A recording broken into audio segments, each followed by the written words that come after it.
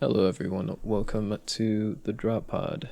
There may be other podcasts out there, but it is not this podcast. I am the guy that forgot to introduce himself last week for some reason. I am Aegis, though I feel like the people that stick on the Hell Jumpers channel would know that, but What there are some channel new is this? folks. What channel is this? Who are you?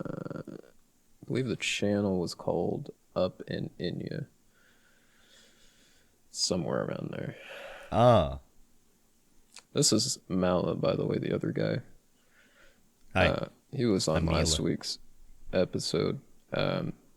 He sometimes goes by Malistrom, and before that, he had a 15 at the end of it. That is true. I'm slowly dropping my name over time, so then I'll just end up with an M. Makes sense to me. Yeah. How's it going? All going fine. How's your day been? Oh, you know the usual. Usual, you out there on the lot. You getting the poo-tang. That's the second time I've heard you boys say that. What's poo-tang? As opposed to poon or poontang. It's in the sexual nature. I actually forget the actual definition. Yeah, no, it's exactly what you think it is. Oh, That's what I figured. well, now I know. And now I remember. And they say you can't learn nothing on a podcast. I don't think anybody ever said that. They all laugh. But look who's laughing now. So I Neither of us. said, did you just cut me off? Yeah, I did. You're gonna apologize? I apologize. It's a boy. You're okay, girl. I wanted to bring up something that I think is a travesty. More of a blight on our nation. The people responsible should be sent to the gallows. But GTA 6 is in development, to my dismay. Well, were you just finding that out? No, what I did find out today, though, this is some exclusive news only found here on the Drop Pod. Let's go. It's not coming anytime soon. It's like Elder Scrolls 6. She's on the way. She's just not there yet. Exactly. Hey, how about that Starfield?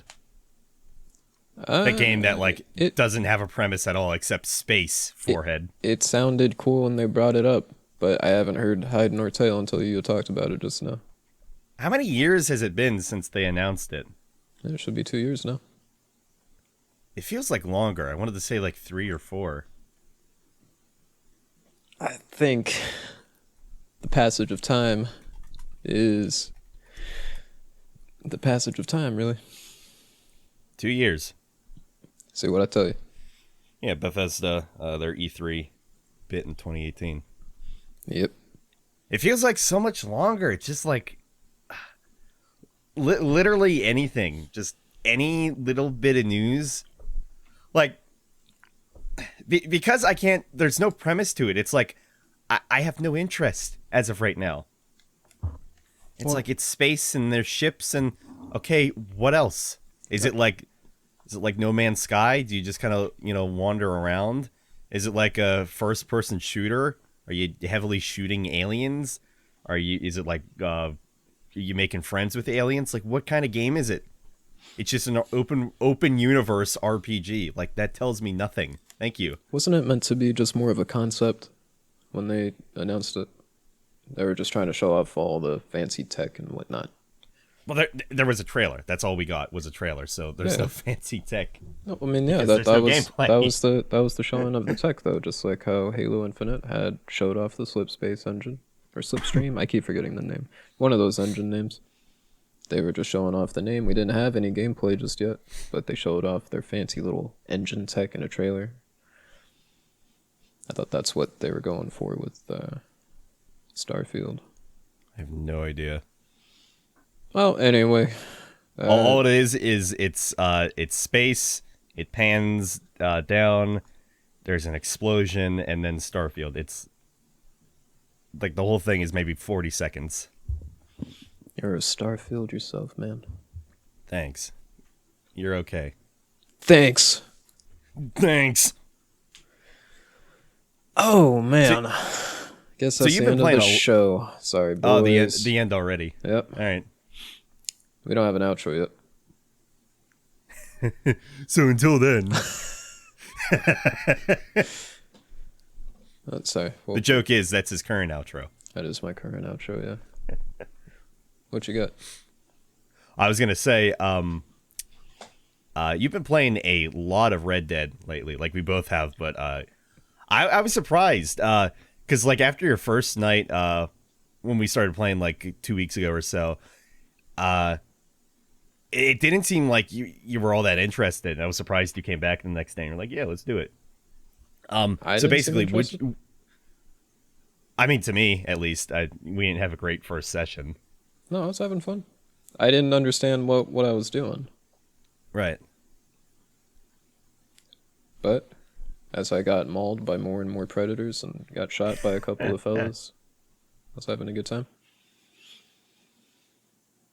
But basically, to ask, is Cowboy MMO Red Dead Online is that now the new Destiny 2?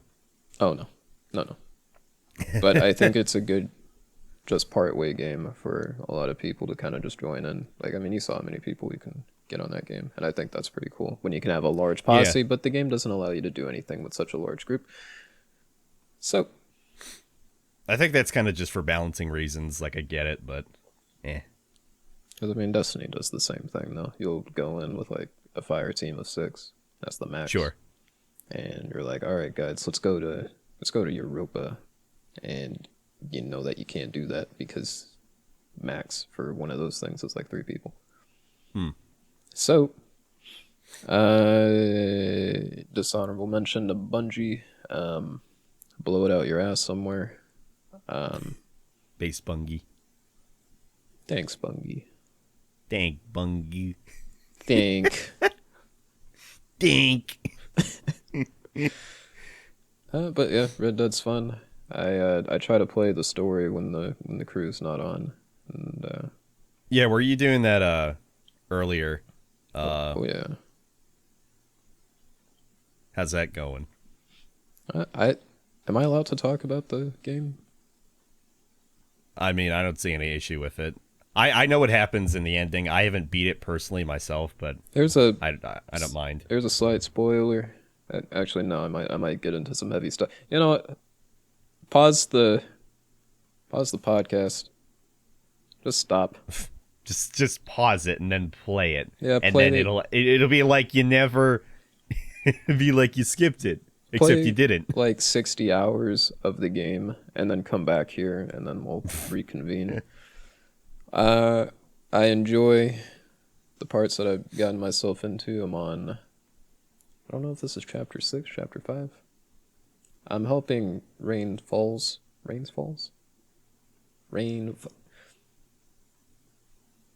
Eagle Flies and Rains Falls. That's what I think their names are. Those are a Yeah. couple of guys right there.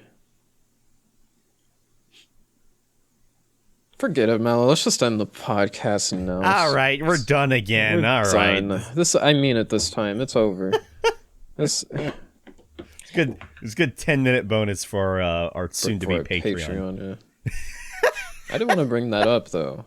Along with our first ad. Are you ready? Are you ready for the first ad?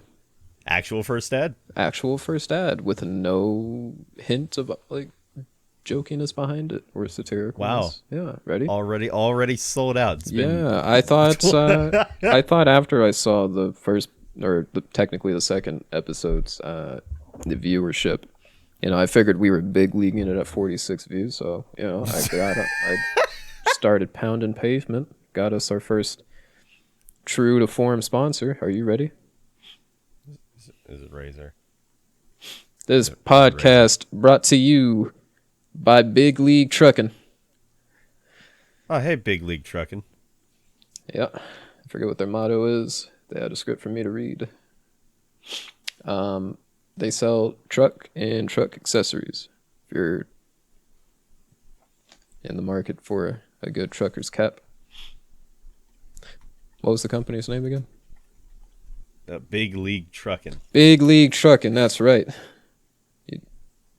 Get you one. Code Give me one of what? trucker hat. Give me a Big League Truckin. Get you a Big League Truckin' hat. And I think I would have to pull out the script, but I think there's like a bonus in it for some new fellas that get a truckin' hat. So if that's, they didn't give us like a code or anything. We're not good enough for a code. They told us to tell you guys. They'll know. They'll know. Which Big League trucking company is this sponsored by? Because there's one in Jacksonville, there's one in New Jersey, there is this is one corporate, my friend. There's one in Bowie. There's a black owned one. They felt the need to say that. All right. There's one in nope, that's it. So which one? No, this is all the way in corporate, all the way up there in the good old Big League Corporate. Big League Corporate. Let's go. This podcast is also sponsored by Big League Corporate. So, you're trying to build a corporate. And what do? You want it to be about truck? Here at Big League Corporate, you too can have Big League Corporate. Build your corporate. Use the code DropPod Corporate. Oh my god. DropPod Corporate.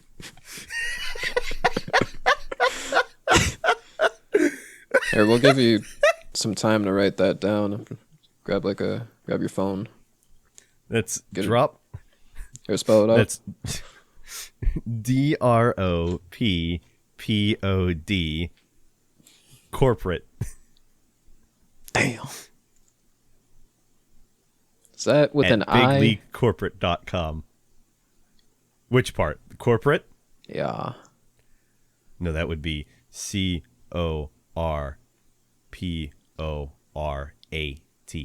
Oh, well done. Corporate. Oh, yeah. Oh. Let's go. Drop pod spelling bee. Let's do it. Big League Trunkin? Big League... Trunkin. Big League Trunkin. For them fat ass loads.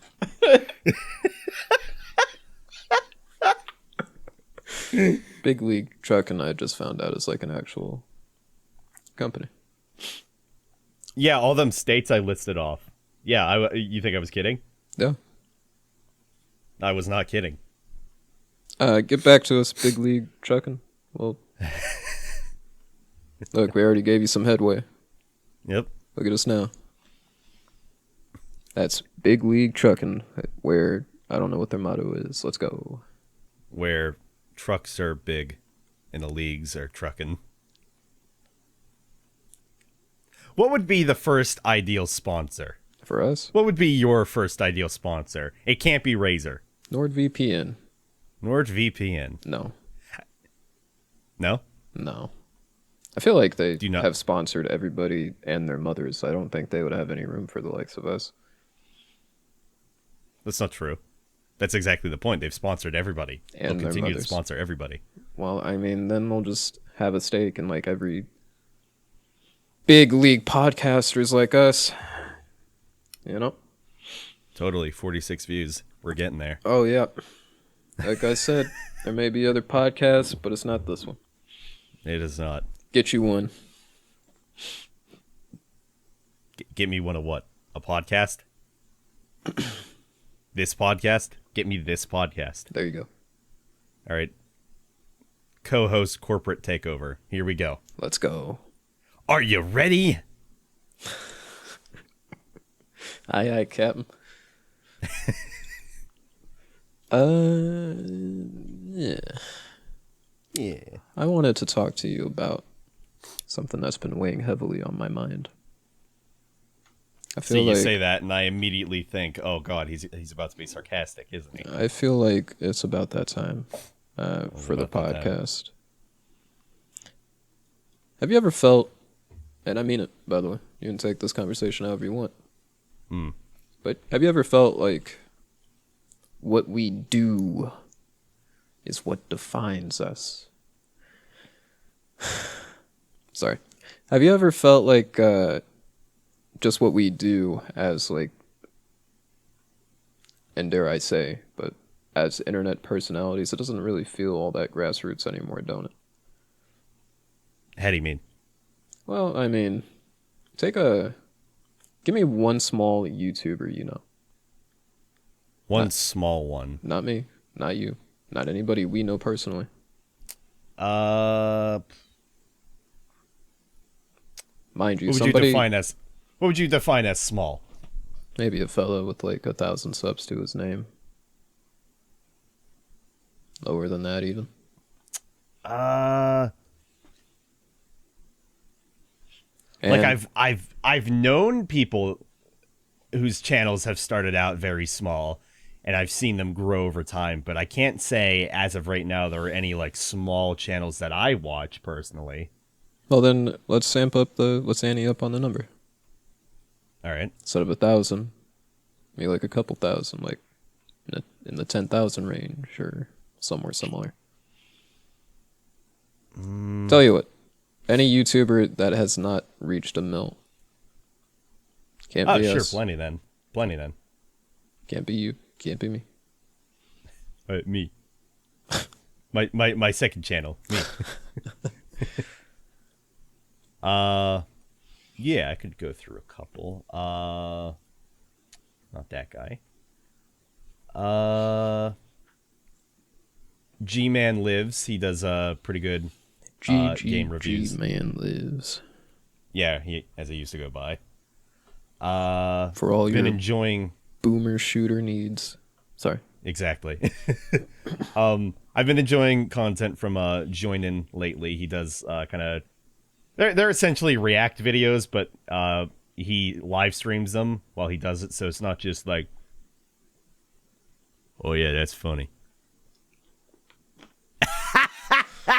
That's a good one. That's so funny. Oh one, man, boy. is he gonna do that thing? Oh yeah, that's what I thought.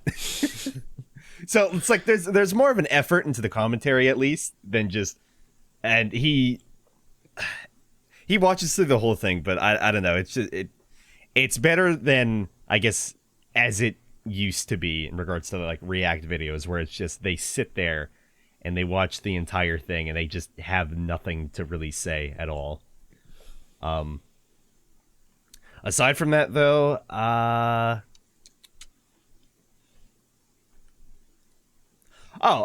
know somebody who I could plug. Accursed Farms goes by Ross Scott. He did Freeman's Mind. I've brought him up to you before. He does what he calls his game dungeons, and they're essentially they're like retro reviews for like old and obscure kind of games. That's like his other half of the sandwich, I should say. But very, very much enjoy his content.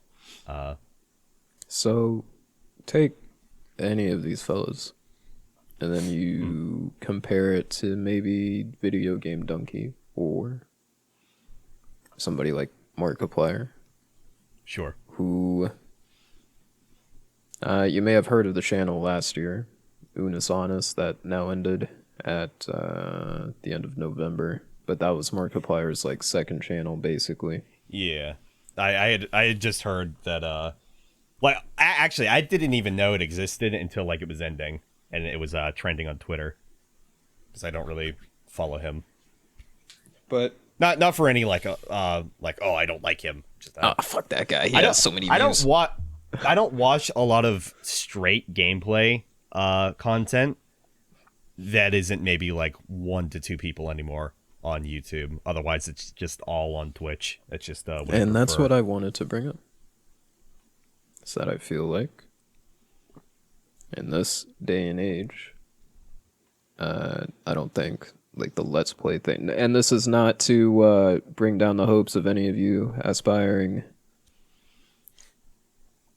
content creators, but you know, I've had this like conniption for a while that like the days of Let's Plays are basically over. Like you have to really try to step your game up, but I just feel like it's not grassroots to the point where, you know, a simple guy with his with what used to would have flied, you know, back in the day for like let's say like the 360 era of gaming, with his little mounted phone setup. And I just feel like those days are gone, and I just kind of feel bad for folks that aren't in our stead that have like good quality equipment to them, whatever that may be. You know, we both have desktop mics. You have an XLR. Both of our stream setups are pretty adequate and Yeah. pretty modern enough. But I mean, it's a matter of just, investing. Like, well, I'm certainly, well, I guess I could say probably for the both of us, we're not really much of anywhere. We're not well known or anything. oh no, of course not. But it's like, I wanted to invest in my stuff because I felt like, for one thing, if you are trying to make something much more than just a hobby, then you need to invest, time into it and money into it. And so it's like I felt that by buying a $400 mic, a stream deck, and a mini mixer, Go XLR, it's very good, that would further me, and also I would be able to, I guess, kind of tolerate my content a little bit more, because it's like I go back and highlight something and it's like, oh yeah, the mic sounds terrible, or like, oh, the video quality is just shit. Like, I don't know why somebody random would willingly want to watch this. So it's like, when it comes down to it, it's the Twitch personality, of course, that, makes the stream. But it's like, there's only so much like a new viewer is going to tolerate in regards to like quality.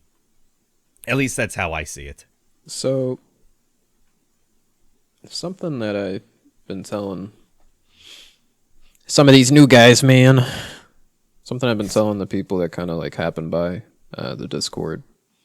I usually get a lot of questions like, "Oh, well, what do you do for stream? Oh, how do I get money out of it?" And like that right there is like a big red flag for me. It's like and this is what prompted me to kind of think about this a little bit more. But it's like I do not think you should even be considering any sort of like monetary gain out of this.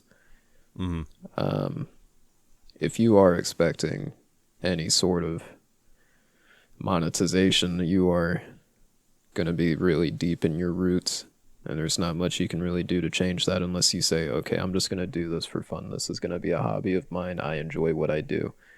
Sure. But it got me thinking about, man, a lot of people that come into this or that are starting their own YouTube channels or they're doing their own Twitch now,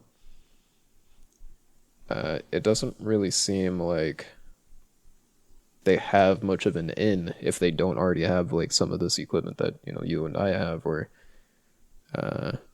what some of these other guys got. I mean, a lot of people have like their own like recording room now. They have stuff that they can just kind of put behind them to mask, their backgrounds and all this other nonsense. Yeah. I mean, it's a matter of playing the algorithm in a sense, or just straight up getting lucky, at least on YouTube. I know with Twitch, they have that whole channel boost thing now, which is slowly rolling out to everybody, but clearly it doesn't work entirely as it's supposed to, or I don't know, maybe as you had thought, where it's like, oh, it's only supposed to be once a month you're going to get a channel boost, and your chat donates towards it, but in reality, like, you got one like 3 days in a row during the week. Damn right. Must feel good. No. Because I don't know what it does. Like, I'm convinced that it's just popping up and it's like a bug for me because I haven't really seen... I've seen some turnout. The only time I've seen turnout, actually, was during Cyberpunk. And then that was it. Yeah.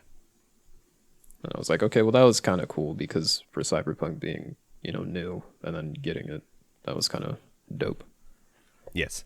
But then after that, every time it's happened at some very inopportune time or whatever's happening, I'm just like, oh, okay, well, this is happening. All right, well, we got to power through it. Let's go. Yeah. I mean, that's just more to Twitch not being as transparent as they should.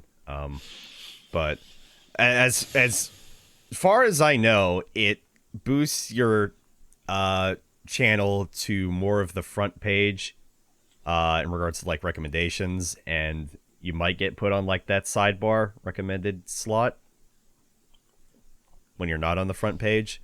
I don't know. It's the same with like the DMCA stuff with Twitch. It's just they're not being transparent enough about it. Man, that's so crazy that people have to worry about that. It wasn't. Oh, it was like a year ago when people were playing whatever the hell they wanted. They didn't really care if they got claimed or not. 'Cause it's like, well, it's Twitch. What are you gonna do? Well, the VOD would get muted. It's like, who the shit cares? Like, yeah, that sucks. But like, if you're making a backup of it already, then it's like, oh well. And in fact, I think in some cases you can get to the VOD and download it before the VOD gets muted. But even then, I'm not entirely sure. You might just be able to download the VOD and like there's no mute on it on your end. I don't know anymore. Because I don't download Twitch VODs because they take fucking forever. Oh yeah, if you're like a marathon streamer and you're just hitting it hard, yeah, it's gonna take 18 years to download one VOD. I mean, it's not even a matter of the file size being like maybe 5 to 7 gigabytes or so. It pulling it off of Twitch, it takes forever for that download to start. Really? It's impressive. I've only ever downloaded like my clips or something off. I haven't really attempted like a full VOD. But yeah, that's all I really wanted to broach with this, is that I just feel like in this medium, it doesn't seem very grassroots, and I know that was something that Total Biscuit Restum was talking about. You kind of feared that stuff like esports wasn't very grassroots, and it's going to be very hard for an individual to get their foot in the door. If you're like a really good, League of Legends, or you're a really good Hearthstone player, it's going to be really hard to like try to get through the door. And you're competing with not only yourself, but now you're competing against people that actually have like corporations tied. Like FaZe is a corporation now, and you have like Team Liquid, who's always been like talk of town when it comes to esports. They're usually in like every game. Like they're in Counter-Strike, they have a Dota team. I'm pretty sure they have a League of Legends team. Cannot say for certain. Okay. But like they're all over the shop. And it's just I've been thinking about it to the point where it's like, like how does a fellow that doesn't have like anything really, like how do they get on? I would guess either, as I said, luck and algorithm, or just that is the only thing you stream, and again, just luck, I guess. I did want to add though to when you were talking about you shouldn't think of whenever you're starting out like YouTube or Twitch streaming, or I guess YouTube streaming, whichever, or even Facebook gaming, that you shouldn't think of it as, oh, the first thing I do, I'm gonna try to make money off of this. I don't think it's necessarily a bad thing though to want that, but just you cannot expect that going in. Like once you start getting some headway, and like I'll just say with Twitch, once you reach affiliate and you have that option, like, sure, there's a cause for thinking like, oh, I could make some money off of this at this point. So it's like, even though you're not very big, I don't think it's necessarily the worst thing to wanna think that, I suppose. Okay, I'm back. Oh, okay. What were you saying? I was just talking about how I feel that grass and roots, that's crazy, right? I think to a degree that it is okay. Like, I mean, there are certain affiliates out there where I feel like you need to curb your expectations. It like it's a very insidious thing, and I think it is a fine line Yeah. that you kind of tread. Well, the thing with Twitch as well is, since they have that, if for those that don't know, they have $100 payout, and that's the minimum. So essentially, if you get bits or subs, once you reach $100, then you get that money. Otherwise, you get nothing. And Twitch, as an affiliate, takes half of your sub money. So, and then they take, a portion whenever you buy bits. Like, it's not just a pure, Fucking like, oh, Big a bit Daddy's is a getting cent. their cut. Essentially, yeah. So it's like, if you decide like, oh, I don't want to, Twitch stream, it's not for me, and you've had people subscribe to you, it's like Twitch does get that little tiny percentage of those subs that you had got. So, on one hand, it's a slight deterrent. And it's like, if you fail, then they're still making money. But it's like, if you are able to find success, then they do up the amount that you get for subs by, well, let's say for like a tier 1 sub, that's $5. So normally, as an affiliate, you'd get $2.50. Once you get partnered, I believe you should be making $3.50 off of that sub. USD, of course. Is that cold hard cash? Mm-hmm. Ooh. You still need to get that payout, though, minimum of 100. Did you rub your hands together? That's not a very... Sorry. When... Get that Twitch payout, let me tell you. Well, I has this habit of saying, let me tell you, and like I say it like legitimately, and then he'll do it. And then I'm like, oh fuck, is that how that goes? Let me tell you. Let me tell you about them. The government's trying to take over your mind. Let me tell you. It's funny though, just how if you just listen for it in conversations, then you just laugh in your head. Like my mom said it earlier. I think it's just a funny phrase because she was telling me something about her boyfriend, because she really likes him and he's a very nice man. And she was like, and let me tell you what he did the other day. And I was like, let me tell you, and then she laughed. I think it's just a funny phrase if you repeat it back. Oh man, that's fucked. Here, let's sit here in silence for like 3 minutes. Okay. This is gonna be good for the podcast. I almost said, let me tell you. This is gonna be good for us, Mel. I promise. Watch. Okay, 3 minutes is up. Yeah, totally. So before the podcast started, I wanted to talk to Mallow about just economics. I find it really interesting that video games are kind of holier than thou during last year. I mean, you're talking about a bunch of folks that got nothing really to do, so they sit home, play their video. And what I want to know is, do we start seeing a bigger push out of companies like Valve or hell, even Rockstar? We know GTA 6 is on the way, but are we gonna like see a push knowing that, hey man, there's like gold in them their hills now? There always has been, but I mean, I think it's difficult to say, because on one hand, it's like when you say it like, oh, is there potential with video games? It's like, of course.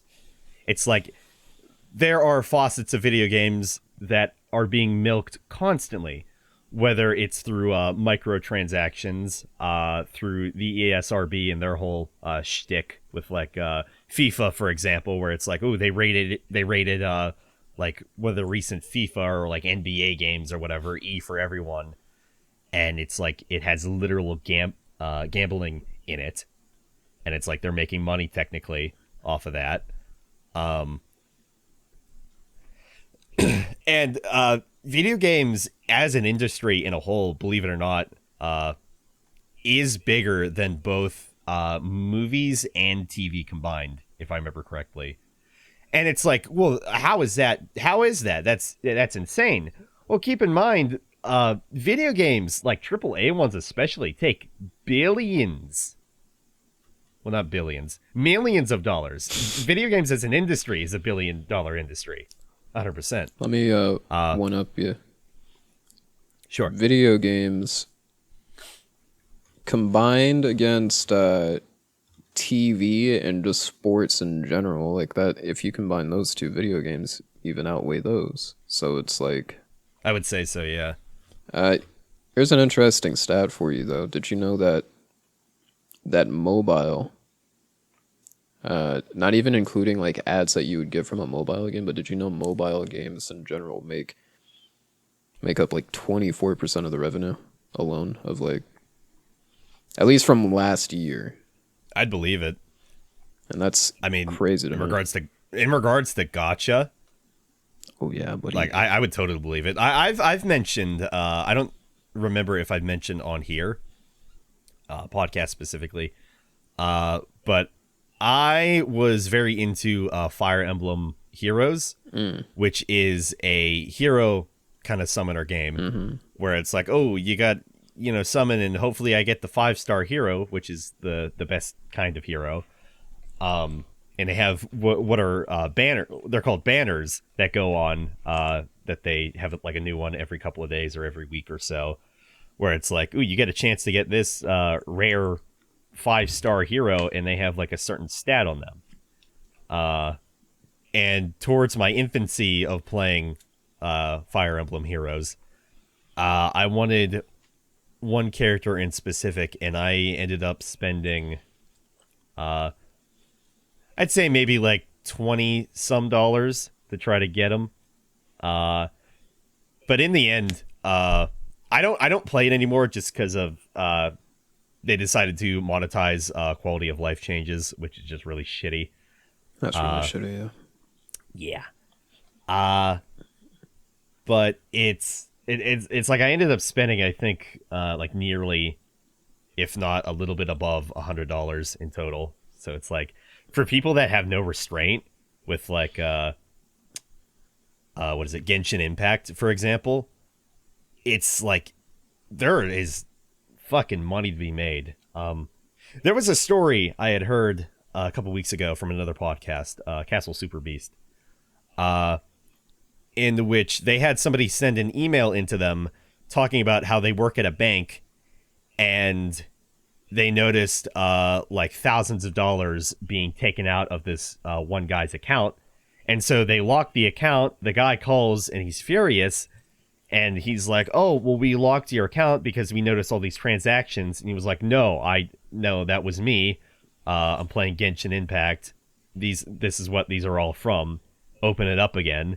And so it's like the guy had to begrudgingly open it again, and just thousands and thousands of dollars just out of his account, just trying through these microtransactions and trying to get these rare pulls and characters. Poor thing. So it's like, yeah, it's like I can totally believe it. It's like there's nothing you can do in that sense. You just watch the number just slowly go down in this account.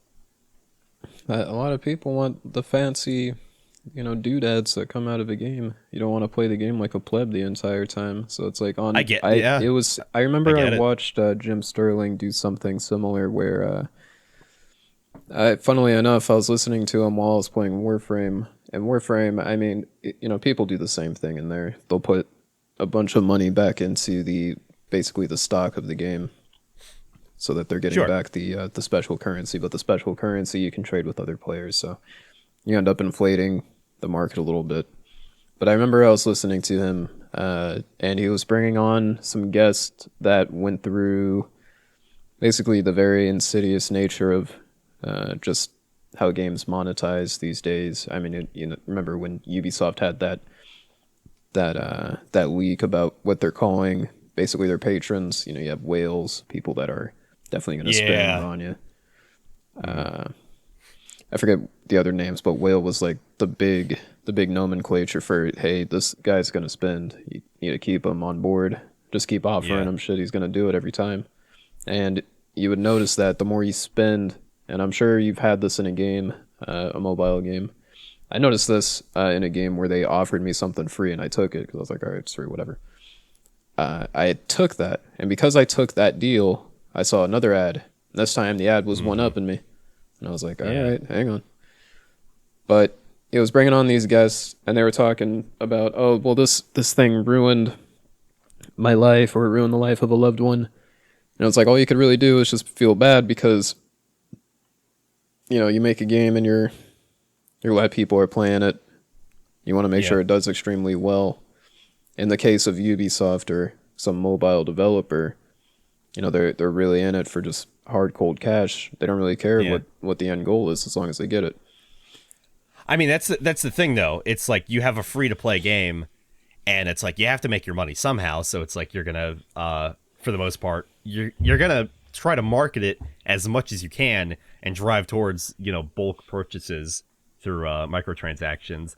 But I think there's a point in which it's like let's say Warframe, for example, because I know a lot of people enjoy that, and it seems like the development team with that is very much they're appreciative towards their fan base. I think we were talking about how last week they were more transparent than most companies were in regards to like their shitty updates. State of the game. Yeah. I think there is a line between buying stuff in a game because you really want it, and like it still being a free game, and playing this free game, appreciating the company and the game itself, so you want to like buy a couple of things. Whereas like I feel like it's I'll go ahead and buy like a skin or something, or I'll buy like a couple weapons or however it is. And it's like $10-$20 you have to buy for the currency in order to get this. Whereas it's like people who are whaling, it's hundreds and thousands of dollars, and it's like they just have no thought towards, oh, how is this gonna fuck up my bills? Am I really able to do this? It's difficult. It's a gambling addiction essentially. It's to me it's very insidious when you have like a battle pass in your game now, because it used to be Yeah, that's the big thing now. there used to be a game that had this first, and that game was Dota.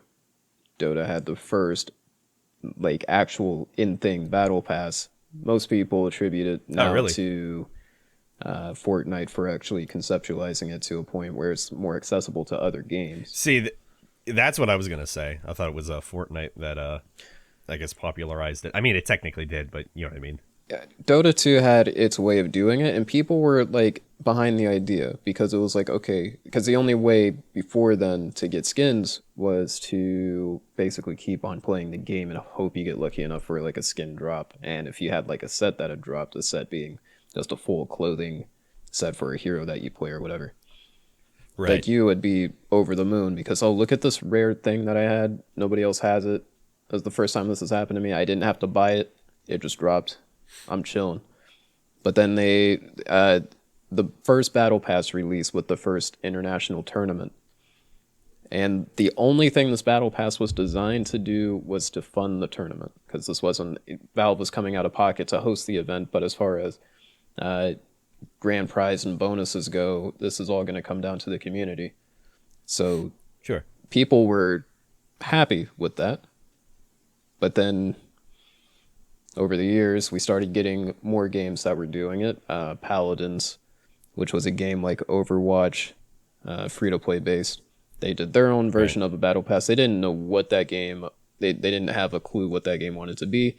I hear now they have a battle royale version of it. It's not doing very well, but you started seeing more games do it. A bunch of games that didn't need a battle pass suddenly started doing battle passes, like Destiny, for instance. Hmm. Destiny as an MMORPG, if you're getting an exotic being one of the most unique items of the game, they're basically build enabling items that push your build to new heights. These things are dropping from a battle pass instead of you just finding it out in the world how it used to be in Destiny 1 and preceding MMOs. Right. Some games are using this heavily to monetize, and they throw all these buzzwords out like, oh, well, this is funding the game, or this enables us to keep the game in development for so and so. I find it insidious when I see it in a AAA game for sure. Yeah. Like I don't know why Fortnite still needs, as that game has more money than God at this point. I don't see why a game Yeah. like that needs a battle pass necessarily. I can see why they would have wanted it, still considering it's epic, but I don't see why they needed it. I don't really see why a legendary studio as Destiny needs it. Yeah, my biggest issue though is when I see somebody defending the practice, Yeah.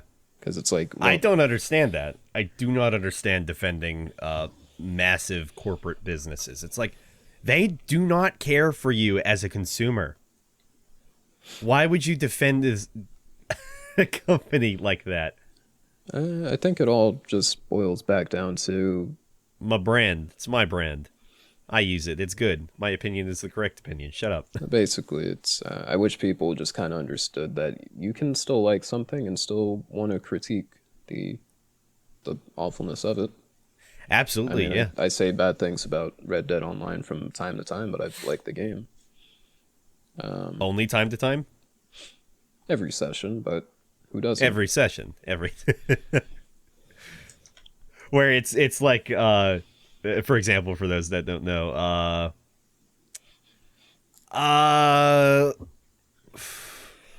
what would be one thing that is included in a story that isn't included in a multiplayer? Actually, horse taming, I suppose. Where you can go out and you can tame a horse and then you can ride it and it's your own horse. Robbing Or stores, that too. antagonizing Or the populace. yeah. Or alternatively, go ahead and you take that horse in, you lasso it, and then you take it into a stable, and then you can just go ahead and sell that horse. That is not included in online at its current state on January 3rd, 2021, or 2022, the sequel to 2020. And Well, when it's this just, it's podcast releases February 12th of 2023. But it's just confusing, these things that they just didn't add in. And as I continue to say, and everybody continues to joke, what do you think this is? A good game? Since on Steam at least, Red Dead Online is now its own separate thing for a limited time. You can buy it for $5. I think that's going to go up to like 20, 25. And then the base game you can buy for 40 as of right now. Which I ended up breaking down, and I was like, yeah, all right, I really don't want to play on the Rockstar launcher because of their controller shite. Because I've mentioned that Steam doesn't like to play friendly with Rockstar launcher, where it's like Steam has, controller support. I use a PS5 controller, the DualSense. And That's only in big picture mode, ain't it? No. Well, What? shook a mook. It's just that it's like big picture mode developed for gaming with the controller and just large screens in general. It's really not that bad. I like big picture. I mode. don't use it, but it's really not that I bad. think it's dope. Get Yeah. you one. Big league. It's truck. already included. I mean, there was one benefit to using big picture mode, which was through I believe Dark Souls 2 and Dark Souls 3 both did this, but you can actually name your character like the cap is somewhat removed. Where it was like maybe it was like 12 to like 20 some characters initially. It's like a little it was probably like 12 to 16 or so. It's like it gets removed to like 20 something if you're in big picture mode, so you can like name your character a longer name. So if you're like cosplaying, for example, it's like here's the whole name. I don't have to shorten anything. That's aside from the point though. So Hold on, Mallow. Save your thought. Can I just bring up something really quickly? I was almost done. I I was just gonna say No, that just remember it, hold it in your head. Don't even listen to me. But with Steam and their controller support, for whatever reason, Rockstar does not like Steam having controller support. So it's like if Steam is not closed, then you will not be able to use your controller on the Rockstar launcher.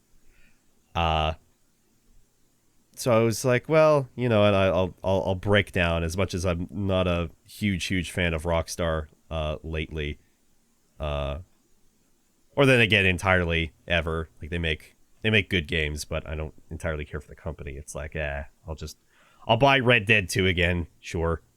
That way, I can get the Steam achievements and whatnot, and just have all. I like having all my games on just one platform. Now, as you were going to say, I forgot. It had something to do with big picture mode. It was actually kind of neat. My thing with Red Dead though, and just buying it for like the 5 and then going in on the story, my whole process was, you know, I'm gonna spend 60 bones on the game anyway, so what does it matter if I throw 5 here and then an extra 35 for the rest of the game? sure. And then after that, I bought the battle pass. I had caved, but you know, you're gonna spend that money anyway, so what does it really matter? Yeah. And that's how I kind of. Path of Exile is a game that I play when there's nothing competitive going on in the games that I play for stream, you know, like Destiny. But if there's nothing going on, I would play Path of Exile. Path of Exile is definitely a free-to-play game. I was going to spend $60 if Path of Exile was a true-to-form game like Diablo that you had to go purchase at a store. Sure. So I spend 20 for the little seasonal pack that they offer. Not a battle pass, but like they'll offer you the supporter pack for the game. And in that supporter pack, they give you a title that hey, you supported this this content, you know, expansion or whatever. Right. Among other things, if you go balls deep, like they offer you a shirt, they offer you like a signed map of the game from the devs. That's only That's neat. if you go balls deep. I wish more games did it like that because I mean, Path of Exile has stood the test of time. And all this, they didn't need a battle pass. I think I would Yeah, I'm stop surprised. playing it if there was a battle pass. But go ahead. I was gonna say I'm surprised that for like a what's essentially just an online game, Path of Exile offers like physical items because you don't really see that much. Actually, I've never seen that really, aside from maybe like Final Fantasy 14, where it's like, oh, you can pre-order, like for the recent one. What was it? It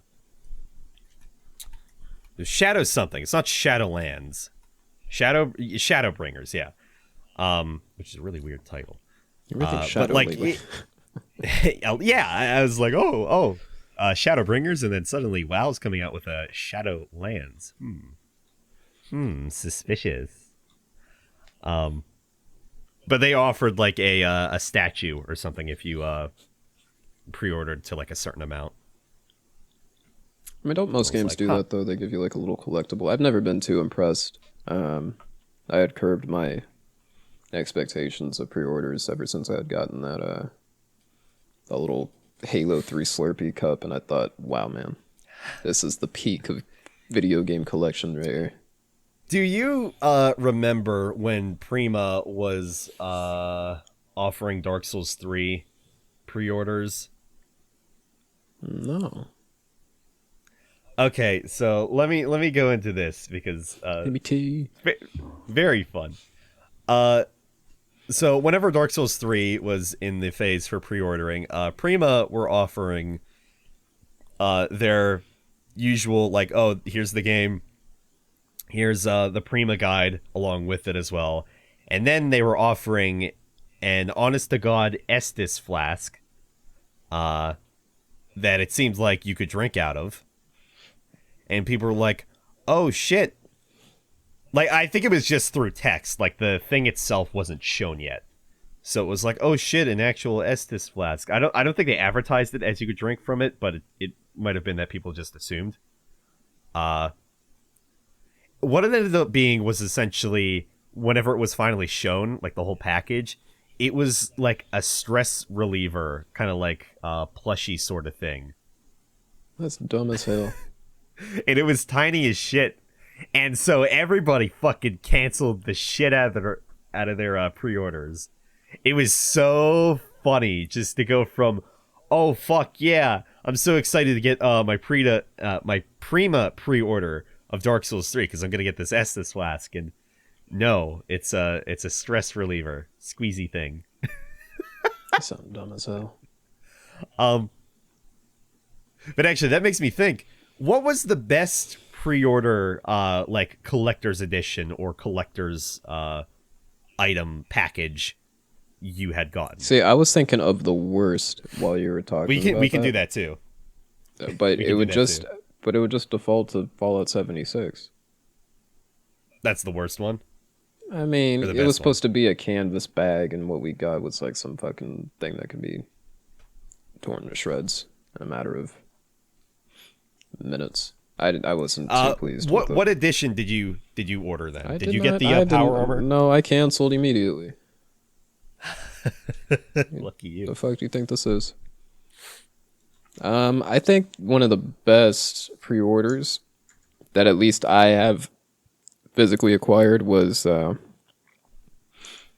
Reach. Because they gave you a collector's like journal of Dr. Halsey's like stuff. Okay. Dr. Halsey was the in-game scientist responsible for the Spartan program. Yeah, you know, I did not know for the longest time after playing the game multiple times that she's essentially Cortana. Essentially, yeah. But here, It's like I didn't even notice it. I'll send you a picture real quick of what the collector's thing looked like. 'Cause I Okay. don't have it to hand anymore, but I thought this was like cool as shit when I first got it in my hands. But Yeah, no, that's pretty cool. It has a little statue yeah, with all statue the of characters all on of them, yeah, and yeah, a journal it. of Box. yeah, and the box kept fairly well. You can just use it as like a little like, oh, this is my little crate that I got when I bought that game. Yeah. But yeah, Halo Reach was pretty cool. I wish I had bought the Halo 3 Collector's Edition, but I was just a little baby boy. What was that one? That one. That was the one where you got like the Master Chief's helmet, like proper. Oh, okay. I can kind of show you. I don't remember this little trinket that they give you on top of the helmet. I think that was supposed to be like a stand for it, but Yeah, no, that's what that looks like. yeah. But there's that. As far as the worst collectibles go, I just think it was Fallout 76. I think they handled that poorly, and when I saw that people's names and other such nonsense were getting leaked because they were trying to, Well, wait, that doesn't technically count since you canceled your I pre-order, did. so you never got it. Well, then okay, so then the physical thing, because I don't get anything that's worse- bad. Let's be honest. Well, The thing, there was like an aspect that was disappointing to it, but like you had to have gotten it. the Prima Games guide to Silent Hill 4, The Room. I got a poster. I love the poster. In fact, I still have it. I'm just mad that I didn't frame it, because now it's just a poster that's gotten whittled down with age, and I feel bad and mad. My dad bought You it. wouldn't be able to frame it now. No, it's all run down. Like, I would need a pristine copy of that. Hmm. Because at the time it had the timeline of every Silent Hill game to that point, Silent Hill 4, Okay. and on the other side it was just a It was a cool little poster of the game itself. I'm sure you could find something like that, like on like some art website, like whether it's like Etsy or maybe even Redbubble, something like that. And also the guide. I don't know what I did with the guide, but that was my dad had got me that for my birthday because we were both like fans of Silent Hill, and that's one of my favorites of the entire series Yeah. was 4. Wish I still had it. Wish I took care of it properly. But what are you gonna do as a Yeah. 10-year-old boy? Just spit on it, Spit on it. chuck it around. Yeah, use that as a frisbee. Yeah, spit on my collector's editions. Yep. Spit Microwave on it a 'em. little bit. Bring him into school. Yep. Get covered in milk. Yep. Strawberry milk. Yep. Yeah, vanilla milk. No, at my school it was only strawberry until I got annexed, and we had like our own like our own like mini like bootlegging operation on strawberry milk. That was dumb. My elementary school was great. I went to multiple ones, but when I moved back here to Pittsburgh, after being in Florida for it was like a year or two. Yeah, my elementary school was great. We had, normal milk. We had like a different kind of like percentage milk, low fat milk, strawberry milk, vanilla milk, chocolate milk. We had the works, man. We had chocolate. We had 1%. We had strawberry for a time until that was banned because folks here in Nevada were getting like really sick. It wasn't even like folks; it was just like the kids, and I was of that ilk because I talked about this off podcast, but strawberry honeycombs were a thing.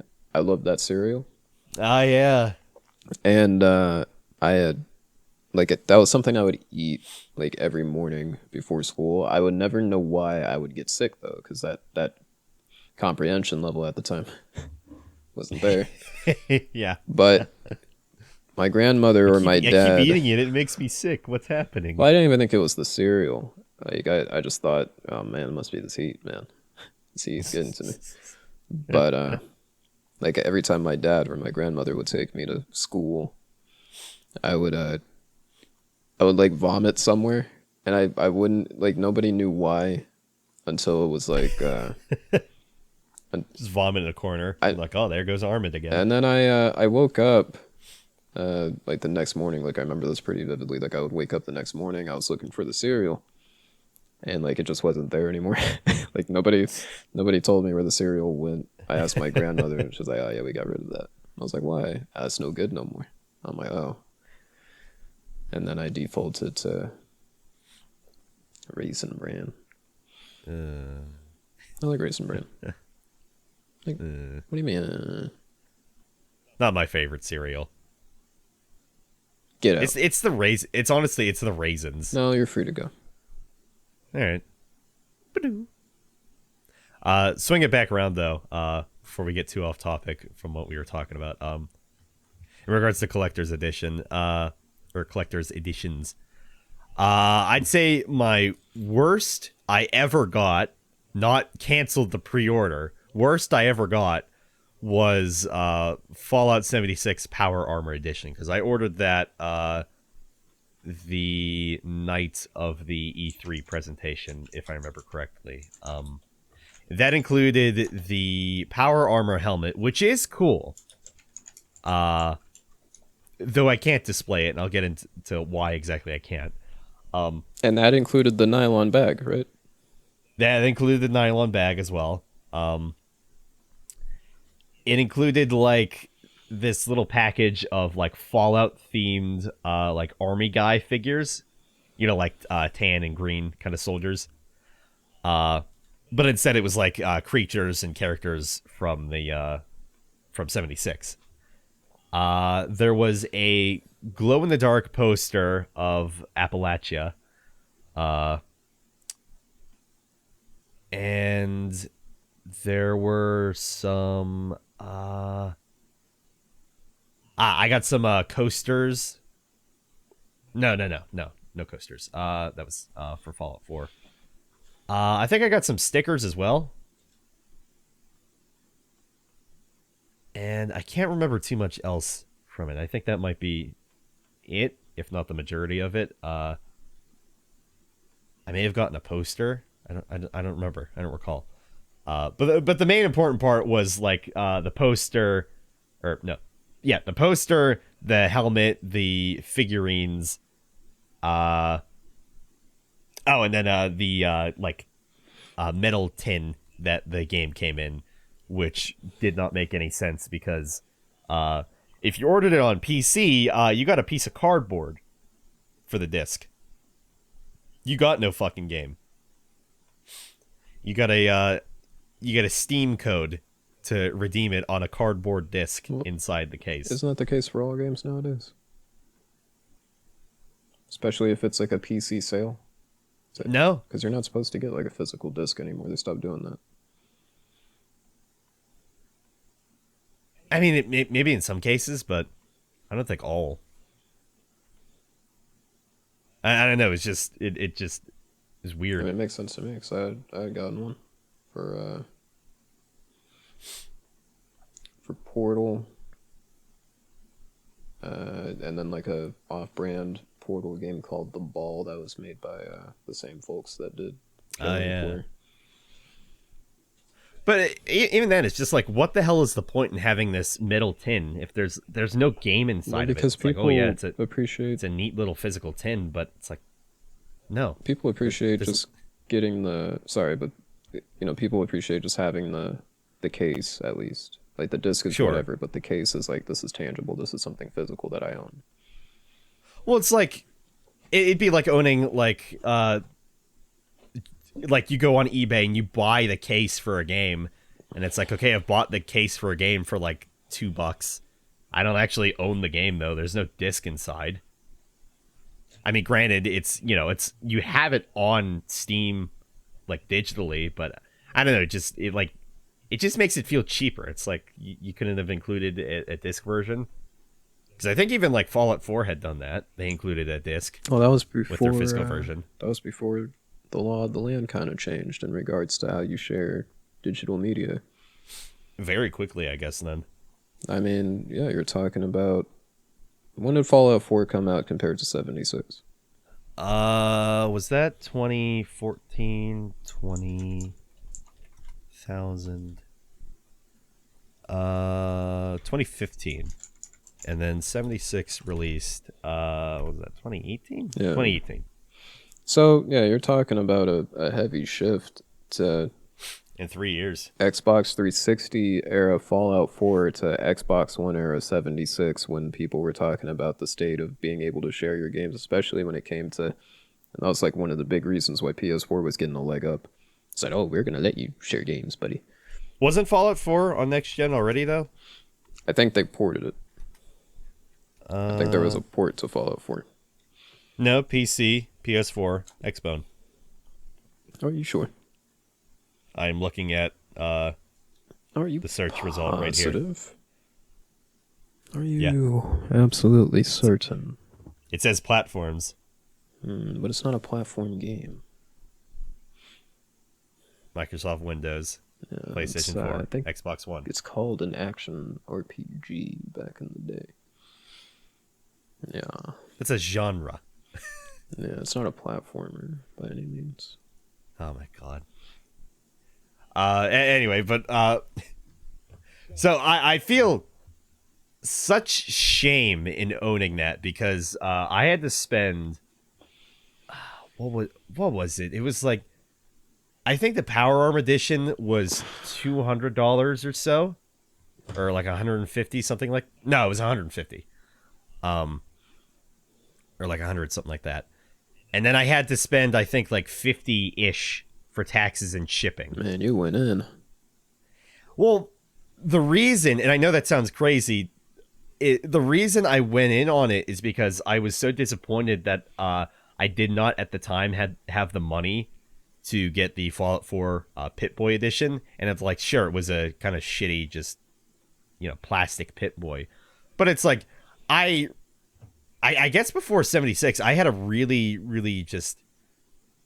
I was a really big fan of Fallout, but like since 76, like my not fanboyism, but just the fan in me died a little bit, I guess, because it was just such a letdown. 76. But it was just so because I missed out on the Fallout 4 Pip-Boy one. I was like, okay, well, I have the money now. I really would like to get this for 76. So that's why I bought into it. But it's like the game just after a couple weeks, I really tried to make it last, but it's just like the issues were too much and the bugs were too much. And I ended up having to stop because there was a bug that was introduced that it lowered my frame rate cap from like 60 to 30, and it would not raise it back up until I quit the game. And like it would do this every 20 minutes. So that was the first time in which I had quit 76. I went back like a month or a couple months to a year later, and I played it for maybe a week or so. And then there was something that killed it for me again, and I haven't played since then. That I think is when it came back to or when it came to Steam off of the Bethesda launcher.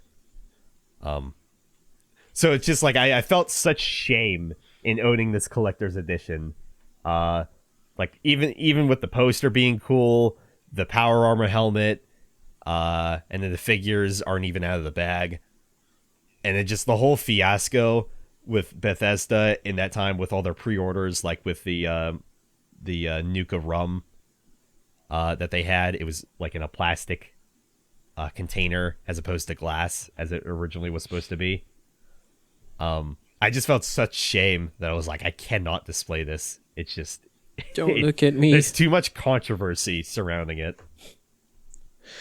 On the other side of the spectrum, though, funnily enough, I think my favorite collector's edition that I've ever gotten was Fallout New Vegas's, because that came with just a normal game. There was no tin for it. It came in this neat little box. It had a bunch of like poker chips for the major casinos in the game, along with the platinum chip. It had a custom set deck of cards for like characters and concept art for characters from the game. And it had a prequel comic story to New Vegas. That was a hardcover book. So it was very cool. Very, very much cool. Yeah, I collected Fallout New Vegas's pre-order plus Rainbow Six Vegas's 2 collectors, which came with like a really superficial poker chip that I wore as a necklace for it. But just kind of cool when you see your hometown like a video. You're just like, ooh, look at that. Yeah, there I am, Gary. Well, it's like in Fallout 3 with the Pit DLC. I don't live in Pittsburgh, but my hometown is technically Pittsburgh. I'm about 40 minutes to an hour outside of Pittsburgh, but it's just neat seeing like all the bridges essentially whenever you first go into town, because it's like, oh, here's that bridge and there's that bridge, and I mean there's kind of that bridge. Yeah, it is really cool when you can like tell what they're like trying to do with each area. Like that was I spent so long in like New Vegas just looking at like all the like, oh, that's where they put McCarran. Oh, there's right. Technically right there would be Summerlin. Ooh, they have Prim. Yeah. Ooh. What was your favorite Fallout map then? I know this is cheapish, but I would say New Vegas because I've spent so much time in there. Yeah, it's like I'm almost tempted to say that too. If not, then I'd say 3. I don't want to be a heathen, but I will also say Fallout 2. Why would you be a heathen? Oh, you're just fucking old timer. Old boomer game. Oh my god. I played a little bit of 2 and then a little bit of 1, but I never actually beat them to completion. What the hell's wrong with you? It's just not my style of game. I'm not a big fan of. Oh, you're crazy. isometric You're RPGs like absolutely that. wild. Absolutely. You know what? We're done Again, for the third time this show. And I mean it this yep. time. For me, going from, because I started with Fallout 3 on my 360, going from the massive map that was the Capital Wasteland to what I definitely feel is a smaller map. Like, things feel much more just tinier, I guess, or just more packed together in New Vegas. It's like I really do like the environments, and I'm a big fan of deserts, but it's like it doesn't take that long to get to, like, jog across the entire map for New Vegas, and it's like it takes a little bit more time to do that with Fallout 3. And even then, that depends on which direction you go through, because, like, if you go through the city ruins, like, you have to go through all these specific paths through the metro, which I really enjoyed the metros in Fallout 3, because it's like, oh, you never know what you're going to get with this one. It's like, this one's flooded. This one has a bunch of ghouls. This one's actually perfectly empty. You're gonna tell those boys were Barrier Rush though, and then it came out to be like, oh, we didn't really get to do all we wanted with the game. And then that With which one? Fallout New Vegas, and especially if you went on like the Nexus, if you're one of those Nexus boys, but you would go on and you saw the director's cut patch that basically added a lot, and fixed a lot.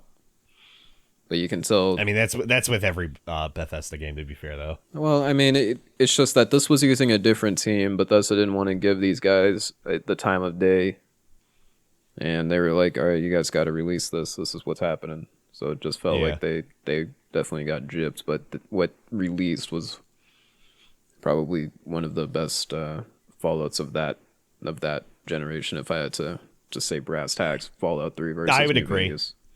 I would agree in regards to, like, dialogue options, making it feel like you actually made a difference in regards to the world space, as opposed to Fallout 3, where it's like, oh, good and bad karma. It's like New Vegas still had that, but there were also faction, like, oh, what is it? You know what I mean? The faction ranks, or what have you. Yeah, being able to dress as a fella, and then you're just a part of their clique. Yeah. Or, like, you're idolized or you're vilified by that faction. Yeah, and then It's like even the towns had that too. It wasn't just like, oh, it was NCR and Caesar's Legion all the way through to Kaiser. It was like, oh, Good Springs can fucking hate you. Nipton can or not Nipton. What is the one with the dinosaur? Drawing a blank. the one where Boone's at. Yeah. I don't know. Novak. Novak. Yeah, I sometimes get Nipton and Novak confused. No, Nipton is the one that was burned down by the Legion. Spoilers. God. Not even. Golly. It's like, you don't even have to go that far. Goodness. Like, if you're going down the Prim, you're going to go down the rest of the road. Give some people a chance to play this game. You'll eventually hit the NCR outpost, and you'll get the mission from Spooky Ghost, and it's like, hey, go check out Nipton. I'm seeing Smunk. Spoiler alert. I know there's a character named Ghost. Jeez. Her sunglasses don't fit on her face, and they clip through. I always thought that was funny. Man. Fond memories in New Vegas, though. Yeah. I got fun memories of both. 3 New Vegas. I'm going to flip this podcast upside down. Okay. I wanted to bring up a story during our Grassroots conversation. And it only just crossed me, but did you hear about... Yeah, this has been picking up steam for a couple of days, but there was this family that lied about their child's like Call of Duty Warzone ban, just to like kind of spark some smoke, spark a little. I'm sorry, what is it? Call of Duty Warzone, because Warzone's a separate game now from Modern Warfare. Right. How Red Dead Online is separate from main game. Yes. But I found it interesting that a family had used their child to kind of put themselves out into the limelight for no legitimate reason other than, well, now they got views, but now they are absolute dickheads for doing it. What did they lie about? I didn't hear that part. Um, well, that's not even the big thing. It's the fact that the fans of the game had blamed basically the atrocity on Activision, but what had happened was hold on. He doesn't even remember. My God.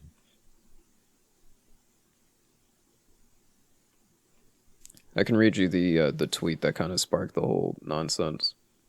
Okay. This was from Rowdy Rogan. I don't know this gentleman at all, but they got about like 14.4K, whatever the fuck the heart thingy is. I'm assuming it's a like. As some of you know, I'm not a boomer. As some of you know, Rogan was banned from Warzone on stream tonight. The team and us are currently trying to handle the situation and will keep you guys updated. Thank you all for the support with the hashtag #FreeRogan. And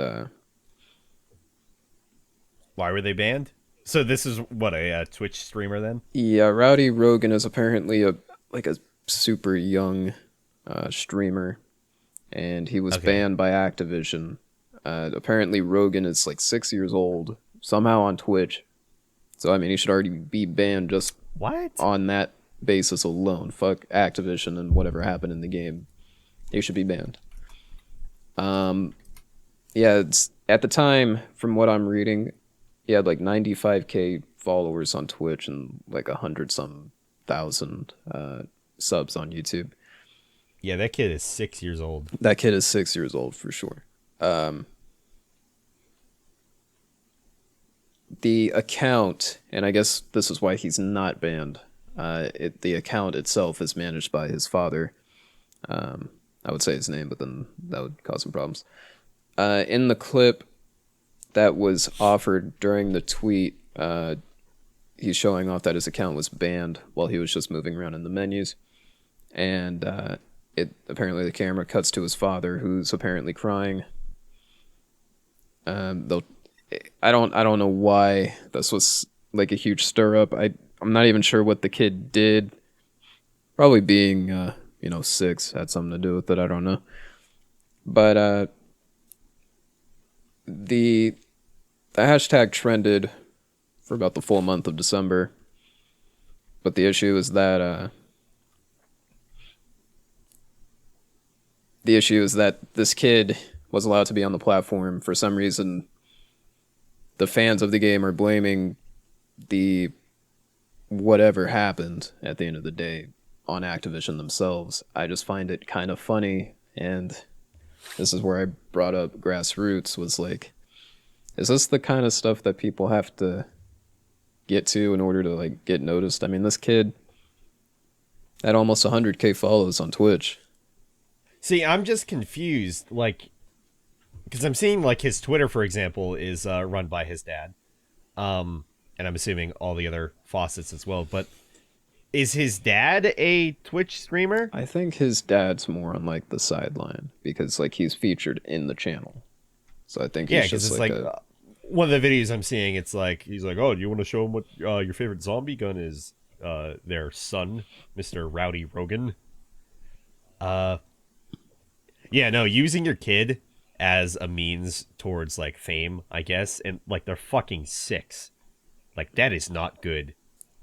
There's a reason why Twitter's like, hey, you need to be this many years old in order to have an account on the website. Like Twitter, young people, old man shouts at clouds.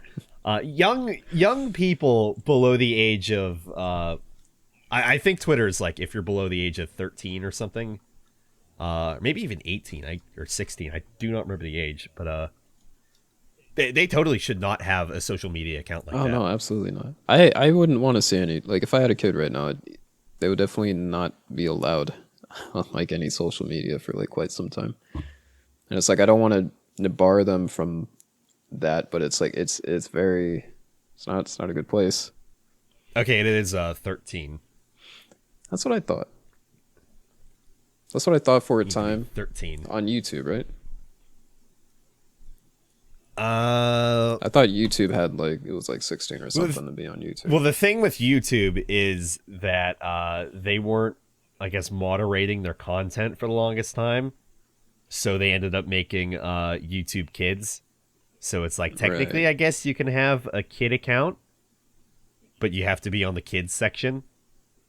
Oh man, and the stuff that gets on the kids section is like, holy shit! How did that go through the Not cracks? Like, what in the see, fuck? see, I know, I know what you're thinking, but it's like not even all of it is like that. Like, oh god, Spider-Man Elsa shit or whatever, or like, oh, nursery rhymes for kids or what have you. Like sometimes, like cartoons. Like I'll give you an example. Like Grim Adventures of Billy and Mandy, a Cartoon Network show, very great show.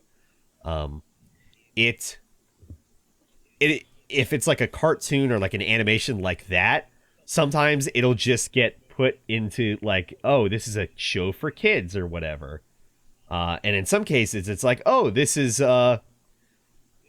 like a clearly a show for adults, Grim and Adventures? it puts it into the kids section. And what I find annoying about that is that if you want to go search up another video, like if you're on mobile or something, you cannot minimize it for whatever reason, because it's a kids video. Technically, it's under that category because YouTube automatically put it into that category.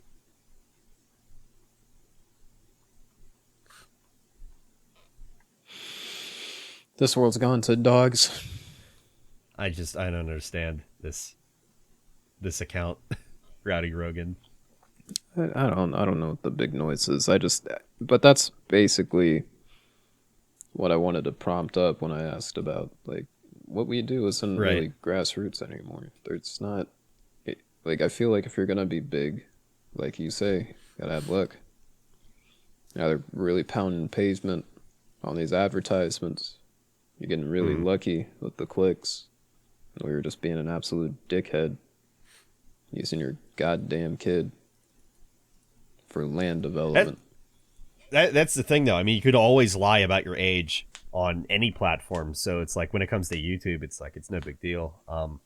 In fact, I was very surprised. When my two nephews, one is 9 and the other is like 4 or something, I think. I'm not good with ages. They had stayed over at my mom's house, and I ended up being able to see them before I went into work the next day that they were supposed to leave. And the oldest one, was watching like an SCP lore video on like one of the monsters, and he's like, "Oh yeah, this monster, it's like this red, like fleshy thing, and it'll take people in and make them also red fleshy things," or whatever he was saying. I was like, huh, I'm surprised that you're watching that. Like, he's into Five Nights at Freddy's and whatnot, or just like horror kind of stuff like that. But I don't know, it's just weird. So it's just like, yeah, people die when they are killed, and they get consumed by red fleshy things and turned into red fleshy monsters. And it's like, I don't know. It's just weird. Like, oh yeah, death and just killing and guns. It's perfectly fine for a small child. Not to say I was doing any better, and it's like, Well, I'm I not mean, gonna be like, oh no young kids can play, or watch like older content made for like teens or adults. It's weird, I guess. That's what I was gonna ask. It's like how it's being marketed now, where it's just like you can tell like the channel or the content is made for kids, and it's like these are clearly like oh, this character dies. I was gonna ask you. It's like, when I talked about this on last week's episode, but I had said, what kind of explains why I am the way I am is because I grew up with, watching certain things with my dad, like Ford Fairlane, which had Andrew Dice Clay, Mm. Godfather, just Andrew Dice Clay in general. Because his comedy was, it's not really for me, but my dad always got a hoot out of it. It's like, what, you know, this new generation of parents, our generation of, raising kids, it's like, what are we barring them from, really? Because I mean, a lot of Yeah. stuff in our generation wasn't really all that great. We had GTA. Sure. I mean, Gears of War was a game. Yeah. It was like all of that was fair play. So it's like, yeah, I mean, a lot. Parents in this generation are going to be a lot more knowledgeable on the times and what's going down in a kid's life. Yeah. But I had brought up earlier, it's like I wouldn't really want my little one to be on like any social media because I feel like that would be Definitely, yeah. like, one, it's just bad to rot your brain with that. I think it leaves a really unrealistic depiction of how life is. Oh, absolutely, yeah. But stuff like games, it's hard for me to be that guy because I played my fair share of like really atrocious stuff when I was growing up. What would you say was one of the first games that you can remember either playing or watching that was like, yeah, I definitely shouldn't be watching or playing this at my age? Could have been Fatal Frame. Not Diablo? Oh, Diablo was my very first game, yeah. And I mean, there were some scenes, but I mean, when you were playing on like a CRT television or a monitor, you couldn't really make out what the hell you were looking at. So I mean, the game was Sure. fucking, all pixels. Like going back, when I take my run down to memory lane and I'm looking at like the most pixelated titties you ever seen, I'm like, huh, that was in the game for sure. I mean, it's rated M for mature, and I mean, it does. The game's title is just Devil. Yeah, but you were a crusader. You were doing things on the good of the people. See, that's the thing that funny you bring that up because I just listened to a some people talk about what is necessarily like just because they're killing demons or devils for the sake of because I'm the good guy and you're the bad guy, it still has Satan and the devil in the works. So it's like it makes it still evil. So like Doom, for example, where it's like, oh, but I'm killing all of the demons. Well, it's still death and killing, and it's still the game is full of Satan and whatnot. So it's like of Satan. I'm raising some So it's actual. like you get no free pass. Oh, I'm raising some actual fucking Vikings here. You gotta kill your devils. That's how I see it, at least. Where it's like, I'm technically the good guy because I'm killing all of these demons or devils. So it's like or like think of Devil May Cry, for example. Dante is half demon, half devil, because of his mother and father. So it's like, and he's a demon hunter or a devil hunter. That is his title. He's a devil hunter, legendary devil hunter. And it's like he doesn't have a bad bone in his body. He's just a goofy, haha, funny pizza man. Are you a goofy haha pizza man, Mel? I don't have pizza that often. This Or one not was a- brought not to that you by often, but- Big League Truckin. Get you one. So you're trying to big league corporate. Big league corporate. It's big league corporate. That's BIG corporate league. Or is it Big League Corporate? Or is it Corporate Big League? They're gonna cancel, or they're gonna cancel the sponsorship. It's done. It's ruined. Oh I'm God. just making sure we have the facts correct. It's not. There's not. In Oh fact, they jeez. should appreciate that we're doing this now. Yes, I mean we're big leaguing it over here, boys. Almost 50 Let me tell views. you. Let me tell you. Let me tell you. Um, yeah, it's just strange. Like, what was like the word? Like, what was a game that you knew you shouldn't be playing at any point? Like, I'm sorry. yeah, no, I saw that. Say I again. saw that cut out. But it, it's on the recording. I swear. But what was a game that you knew for a fact you shouldn't have been playing, basically, Um. from your childhood? Of course, not now. Like, fuck off.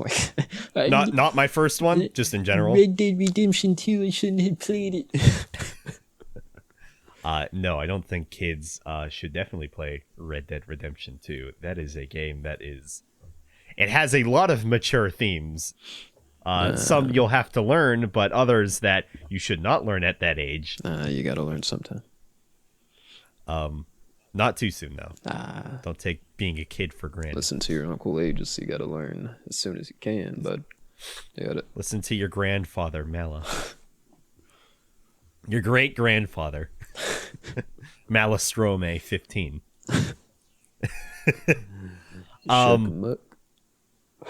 Not being my first one, definitely the Xbox version, original Xbox version of Xbox Conker's was Bad Fur Day. fucking bad. Oh yeah. Oh hell yeah. Yeah, I saw this game. I forget from where exactly. Somewhere on YouTube, and I was like, that seems interesting. So I got my dad to take me to our local GameStop, fuck GameStop, and I was like, yeah, I wanted to get Conker's Bad Fur Day. And so apparently, because like my dad was like, oh, it's fine, it's whatever, you're a quote unquote mature enough kid that it's like it's no big deal, and it's not like you're translating your anger into real life, and it's like it's just a video game. It's not like I'm gonna go out and commit mass murder because I like the video game guts. I'm actually very squeamish when it comes to like my own blood. Really? Can't stand on the side Not of like- your own blood. Well, what's the matter? Can't stand the sight of your own blood. Circa New Vegas. Not like that I'll faint or anything, but it's like when I see blood, I'm like, not great. Or it's like even like a dead animal, I'm like, no, I don't like looking at this.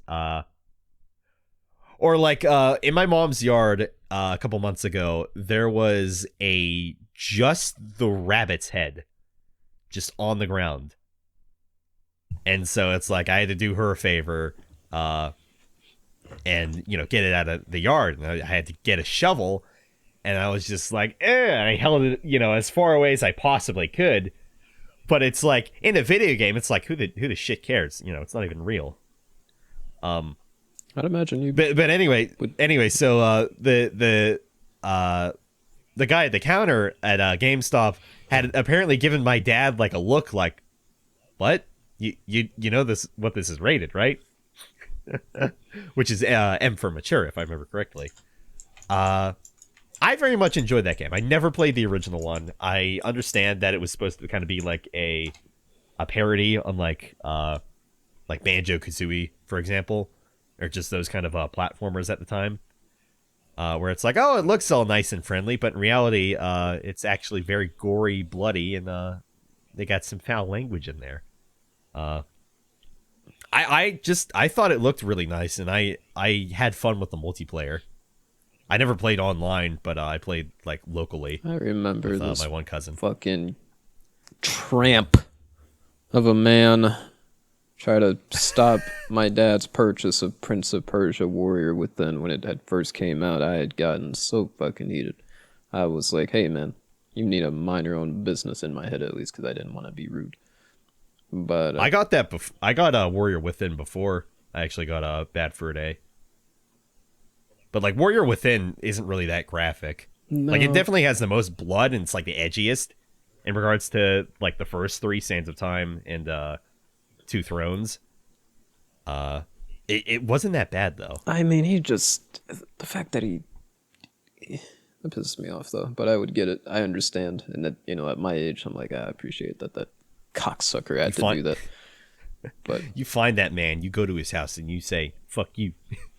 but I still walked out with it because my dad was like, "Listen, guy," and it's and Listen here, let me tell you. just that really stereotypical Italian accent. Like, listen here, guy. He's all right. So I was like, okay. I walked out and I played it till morning. Yeah. Good game. Could use more people. Not really. No. What? No, more people would ruin that poor game. It's like everybody tries to wall run across the pit of spikes and just everybody hits into each other. Well, Unity made it work. People didn't give Assassin's Creed Unity enough chance. Oh yeah, I forgot that at the multiplayer. Yeah, that's a great game, and it's starting to become a cult classic now that Ubisoft had ironed out everything that was making it like really shitty. Like I had played All of it, literally all of it. no, literally all of it. I played that game to death. I did all of the co-op missions, and it's really cool when you're seeing like the guy's title, like, oh, this guy is not stealthy at all, but look how badass he looks. It was just Oh, you know what? I wasn't even thinking of Unity having multiplayer. Like I remembered like it had the co-op bit. No, what I was thinking of was Assassin's Creed 2 multiplayer, where it's like you had to kill a specific target. Aren't you thinking of Brotherhood? Am I? Because Assassin's Creed 2 was completely single player. Assassin's Creed Brotherhood had multiplayer. It must have been Brotherhood then, yeah. Yeah, because that was like one of the big selling points of the game. Was like, oh, this is like the first in the series. You get to be a Templar. You gotta run away from the assassin. I never played Brotherhood or the multiplayer for it, but I like the trailer from what I recall. Yeah, listen to me here, friend.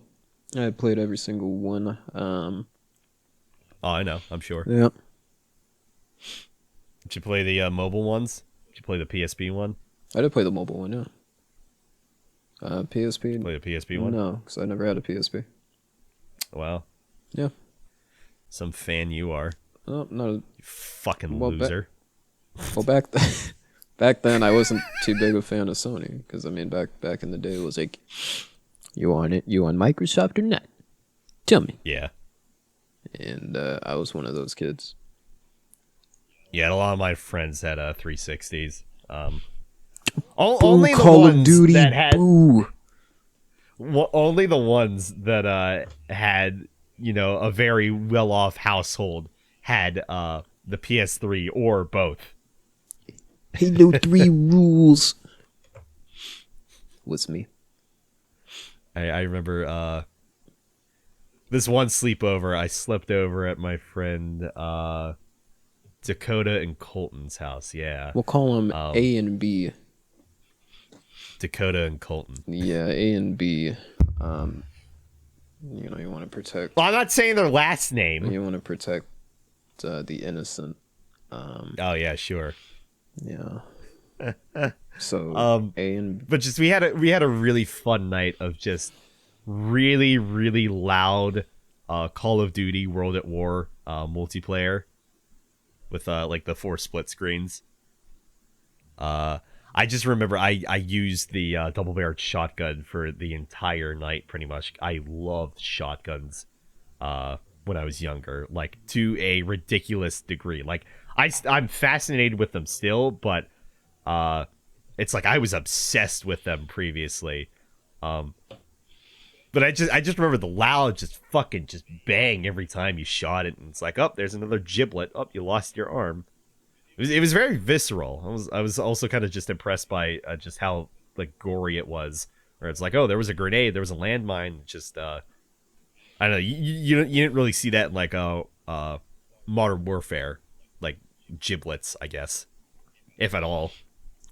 I brought this up with the group, but in Black Ops, like the very original Black Ops, When you were in multiplayer, you could like put yourself in the last stand. Last stand was that thing where you can like crawl around and still be alive a little bit, and then somebody could pick you up. Yeah.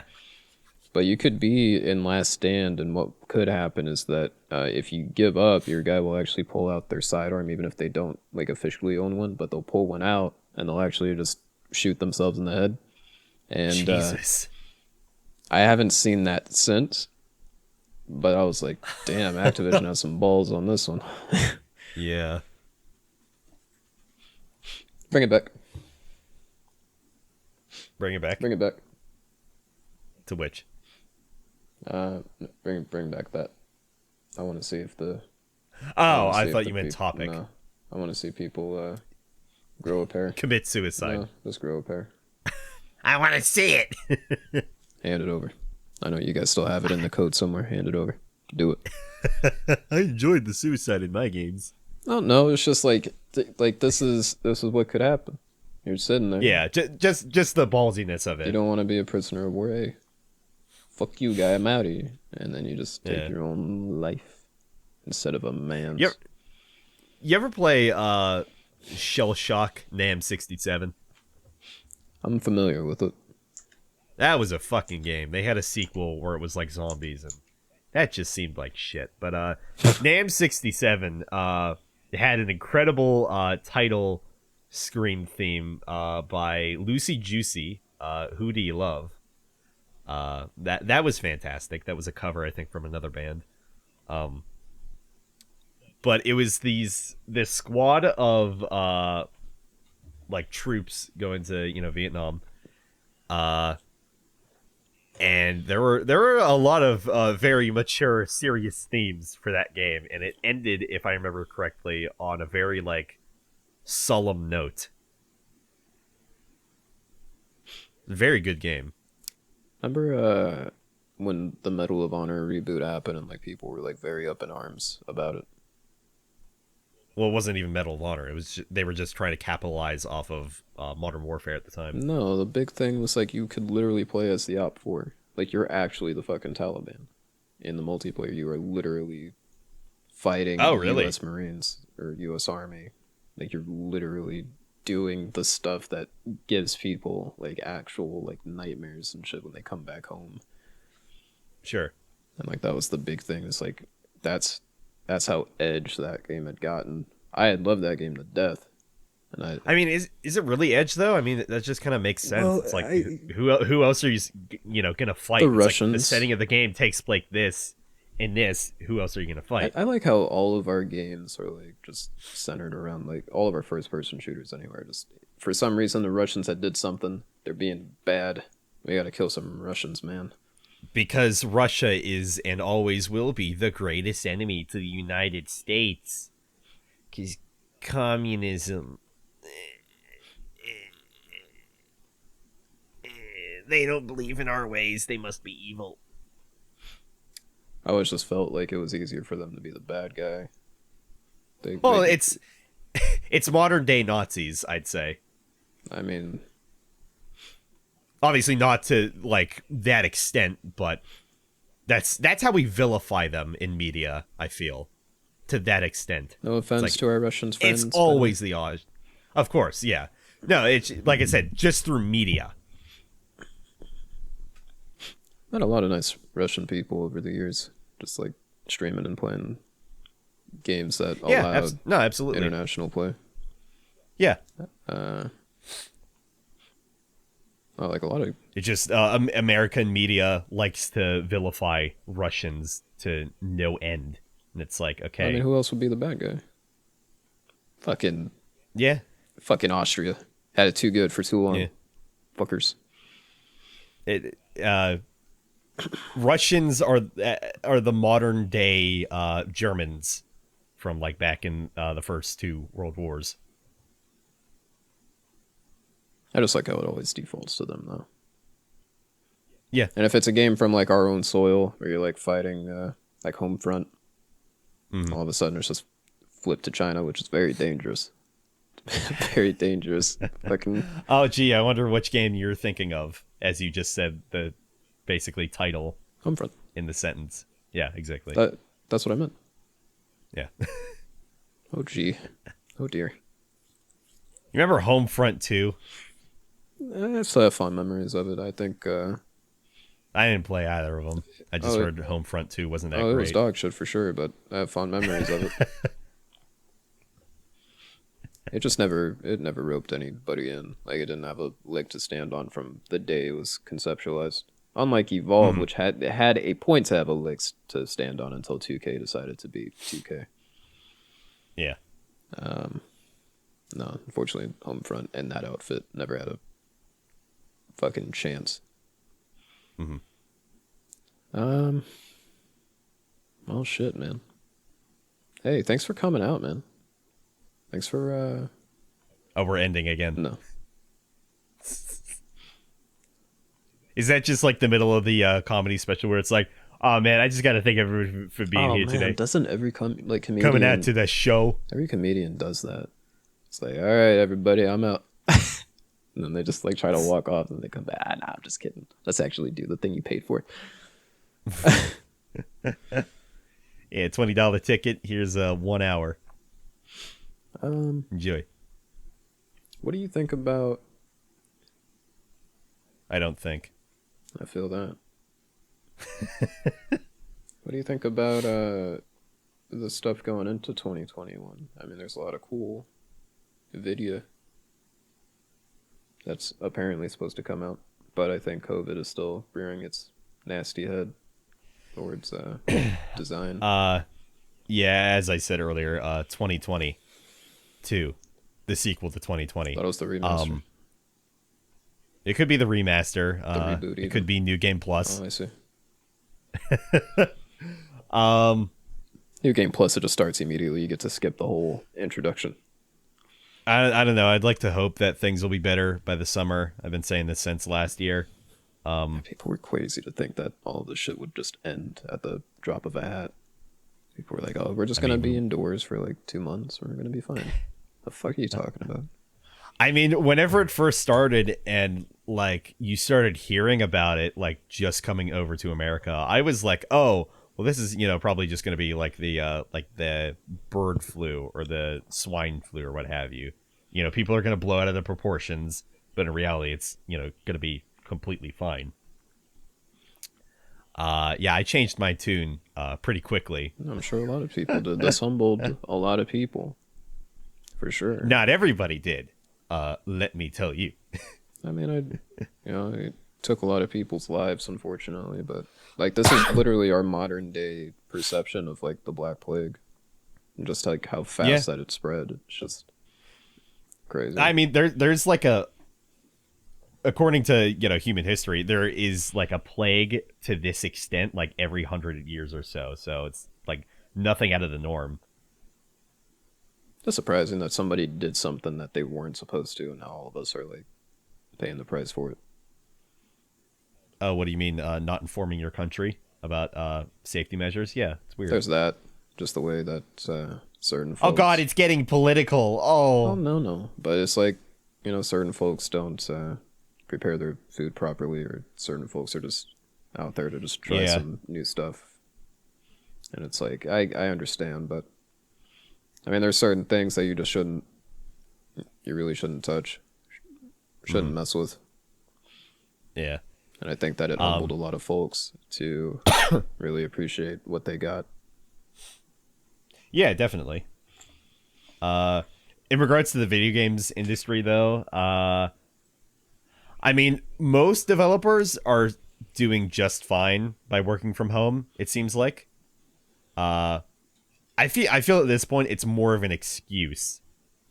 I've been saying that In some cases that it's like, oh, this is why this game failed because we're working through quarantine. It's like, I'm sure it's difficult, but I can't imagine it's that difficult. I mean, Where it's just like the communication between people in the company, the devs and such, is like, sure, it's annoying, but it might not be any different from the normal, where it's like, oh, sure, I can go over to this guy's desk and be like, hey, did you do this or whatever. But it's like for people working in different departments, possibly, it's like I imagine they're probably still sending emails. I'm pretty sure this is going to be a weekly feature on the podcast where I bring up Bungie to some capacity, but I mean, it's your thing. I felt like they did, to an extent, use COVID as a means of being able to basically say, hey, if something goes wrong here, don't blame us. I mean, COVID. Hey, let's just not release this right now. I mean, COVID. I mean, come on, COVID. Come on. I mean, you could say that in regards to like Cyberpunk for one thing. I think it was just because they didn't know what the fuck they were doing halfway through development. Yeah, and they promised their investors that let's play Shadow Warrior. Just play Shadow Warrior. Let's play this. That's what they told their investors. Let's play Shadow Warrior. Yeah. There's a sale for it.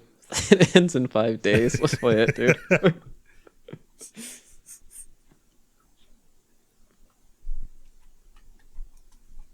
Here's the part where I don't edit this out, by the way. You're right, there is. Here's the part where I leave all of this in. I'm sorry, Mo. I actually do want to play it, though. We both have it. Is that co-op? Shadow Warrior 2? Yeah, of course. Oh. Yeah, one of the big things. It's like Destiny in a way. Here we go. It's like Destiny in a way, but you find the gear. I was playing with some fellas and we leveled a bit, but I never finished the game fully. We could start like a fresh character and just run through. I mean, I own the first one. I don't. Oh, you don't have the. Okay, no, I don't know if the first one is multiplayer. I know the second one. That's like the big thing. I hardly played the first one. Oh, but, use a goddamn.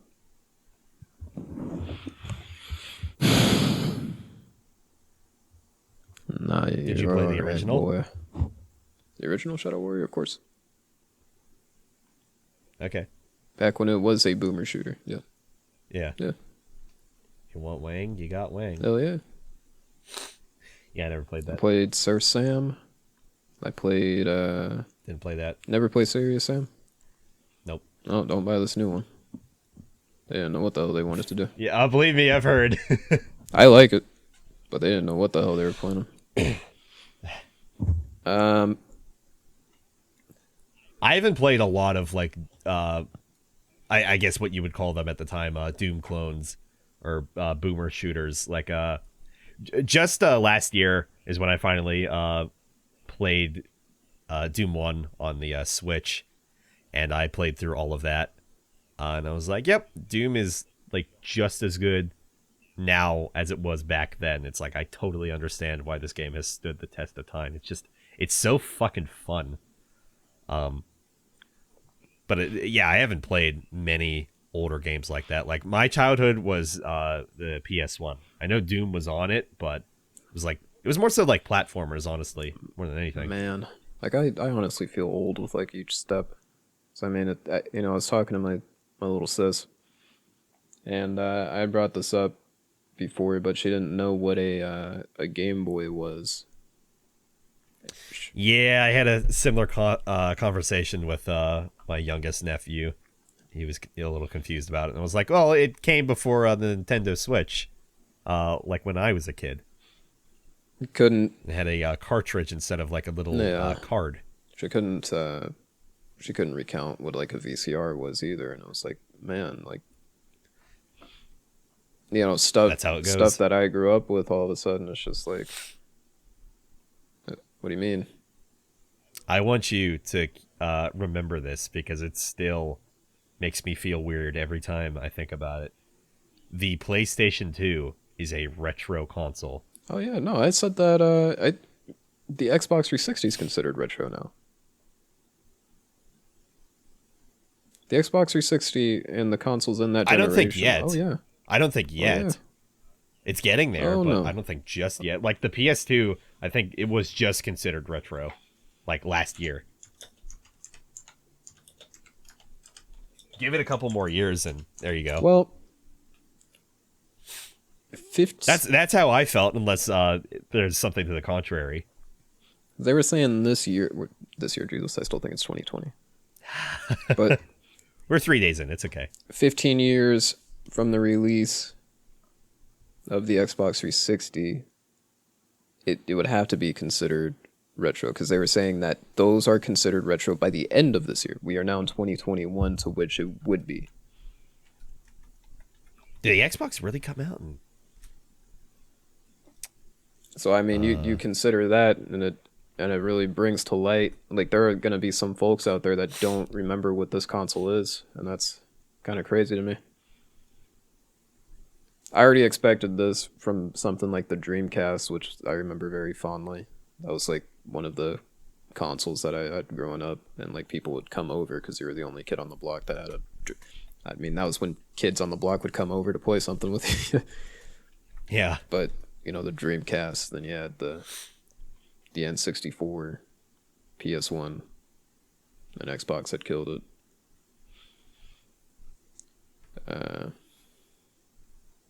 Yeah, that's crazy. That's crazy to think. Okay. I guess the 360 and like PS3 era, they are retro consoles. Yeah. Jesus Christ. Oh yeah. It's eye opening for some people, but I was saying this for a bit. It's like, yeah, that's what's gonna happen.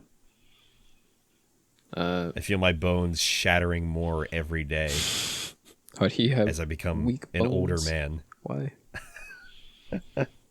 Well, I drink lots of milk, so they shouldn't. But Jesus, jeez. So we were supposed to do this earlier in the show, but I thought this would be a good time to talk to you guys about our wonderful friends at NordVPN. Hey, NordVPN. If you guys are like me, you must be watching some stuff from overseas, man. I like how you had to fiddle with your mic. Some stuff from overseas. Listen. Listen. Get you one. That's like the selling point for everything now. Just get you one. just fucking buy it, please. NordVPN isn't going to sponsor us, unfortunately.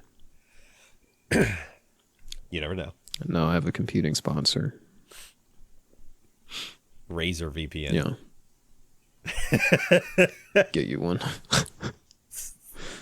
I know I burned bridges with G Fuel for certain, especially now that I brought it back up in this podcast, but I said so many wrong things about G Fuel. Sorry, boys. Can't do it. Wouldn't do it. I never used it. Would like to do it. Can't do it. I have no opinion. It's best we keep it that way. Well, speaking of stuff with the new year, I wanted to ask you, did you have any New Year's resolutions this year, and what were your ones from last year, if you had any? Last year it was to attempt to get back into content creation, and I feel like I've been sticking to my guns, especially since COVID-19 kind of forced my hand. Sure, yeah. It's like if you're currently not working still, then it's like, what else are you gonna do in your free time? Yeah, it allowed me to kind of put my hobbies out there a little bit more, and I feel like I've been doing that pretty well enough. Yeah. Try out some new things, like grow out facial hair, even though it pisses off my girl a little bit. My New Year's resolution for this year was to not talk like a sailor so much. I am failing. This is a work in process, but I mean, it's just not. It is what it is, but there would be sentences where I would at least drop like 4 or 5 F-bombs. I would never do this, in front of Minona. Even though she talks like a sailor herself. Jeez. But what are you gonna do? What are yours? Keep cussing. No, gotta break that. It's a habit one must break. The cycle must end. Ends with you, Phil. Yeah. I don't exactly remember what my ones were for last year. I want to say it was probably self-improvement, which I feel like I've self-improved to some extent, at least. I've maintained my own household now for over a year. Feels good. But for this year, I saw a Twitter post that I vibed with. And it was like, you don't need to worry about, New Year's resolutions so much this year. Just focus on just being you and just surviving and staying alive in this climate with the plague. And I was like, yeah, I agree with that totally. Because for those that don't know, I have incredibly terrible asthma. And I've had it ever since I was little. I get it from my father. He gets it from his mother, and so on. My asthma is worse than my dad's, and like to the point where it's like after I was born, I had to be hospitalized like pretty much immediately. And I've been on an inhaler ever since. I know some people grow out of it. We're all not that lucky though. Mm-hmm. So it's like I need to be especially careful in regards to, catching anything. So it's like, Yeah. when I see people around me who aren't wearing masks, or they're being like, "Oh, it's just one big joke, the whole coronavirus and whatnot. It's all a big conspiracy." It's like, no, I don't care. I need to be careful. Yeah, absolutely. I can't get sick. I don't even think I've had the flu ever. Like I get kind of fucked up whenever I just get like normally sick. Which I didn't I don't think too many times last year, maybe like once. But I don't get sick too often to begin with. But it's like with everybody having to wear masks, I think that definitely did help. Because it's like I felt like a couple of times where it's like, oh god, I'm gonna get just normal sick at some point, because it usually happens towards the end of the year. It's like it did not happen, so I was like, okay, I'll give that success towards wearing a mask then, and everybody else wearing one as well. Mm-hmm. I think after this is all said and done, and we're able to be out in public without a mask, though, I think if I'm still sick, in some cases, I might just end up wearing a mask just to kind of keep it to myself. I was going to say that, yeah. Just out of respect, because the Japanese tend to do that. Even before the whole coronavirus thing, it's like some people just do that out of respect for others, because it's like, well, I don't want to get you sick, and I don't know. It's like I agree with that. I'll probably get some weird looks like, oh, why are you still wearing your mask? And it's like, oh, well, I'm sick. I just want to be respectful. I was gonna say that I kind of feel like more people are gonna still want to use masks, especially those in the elderly. That too, definitely. Like I feel like it's just gonna be normal to kind of just walk around with a mask, at least for surgical masks and just more creative, festive type masks. I think that's gonna just be more of a norm that you kind of see. Yeah. No, things will definitely be different moving forward after this is all said and done. There was somebody who was commenting on, they had watched a video from a guy called Action Button. He's been around for a long while. Highly suggest his game reviews, by the way. They're very different than the normal review. But anyway, he was watching a video from like 2018 or something, and he was out on like a New York City street, and he like bumped into a woman kind of a little bit, or like brushed past them. And the guy who was watching it was like, oh, no, be careful. You don't want to get sick. Like he was thinking in his head, and then he had to stop himself. He was like, wait, oh God, this is going to fuck us up moving forward.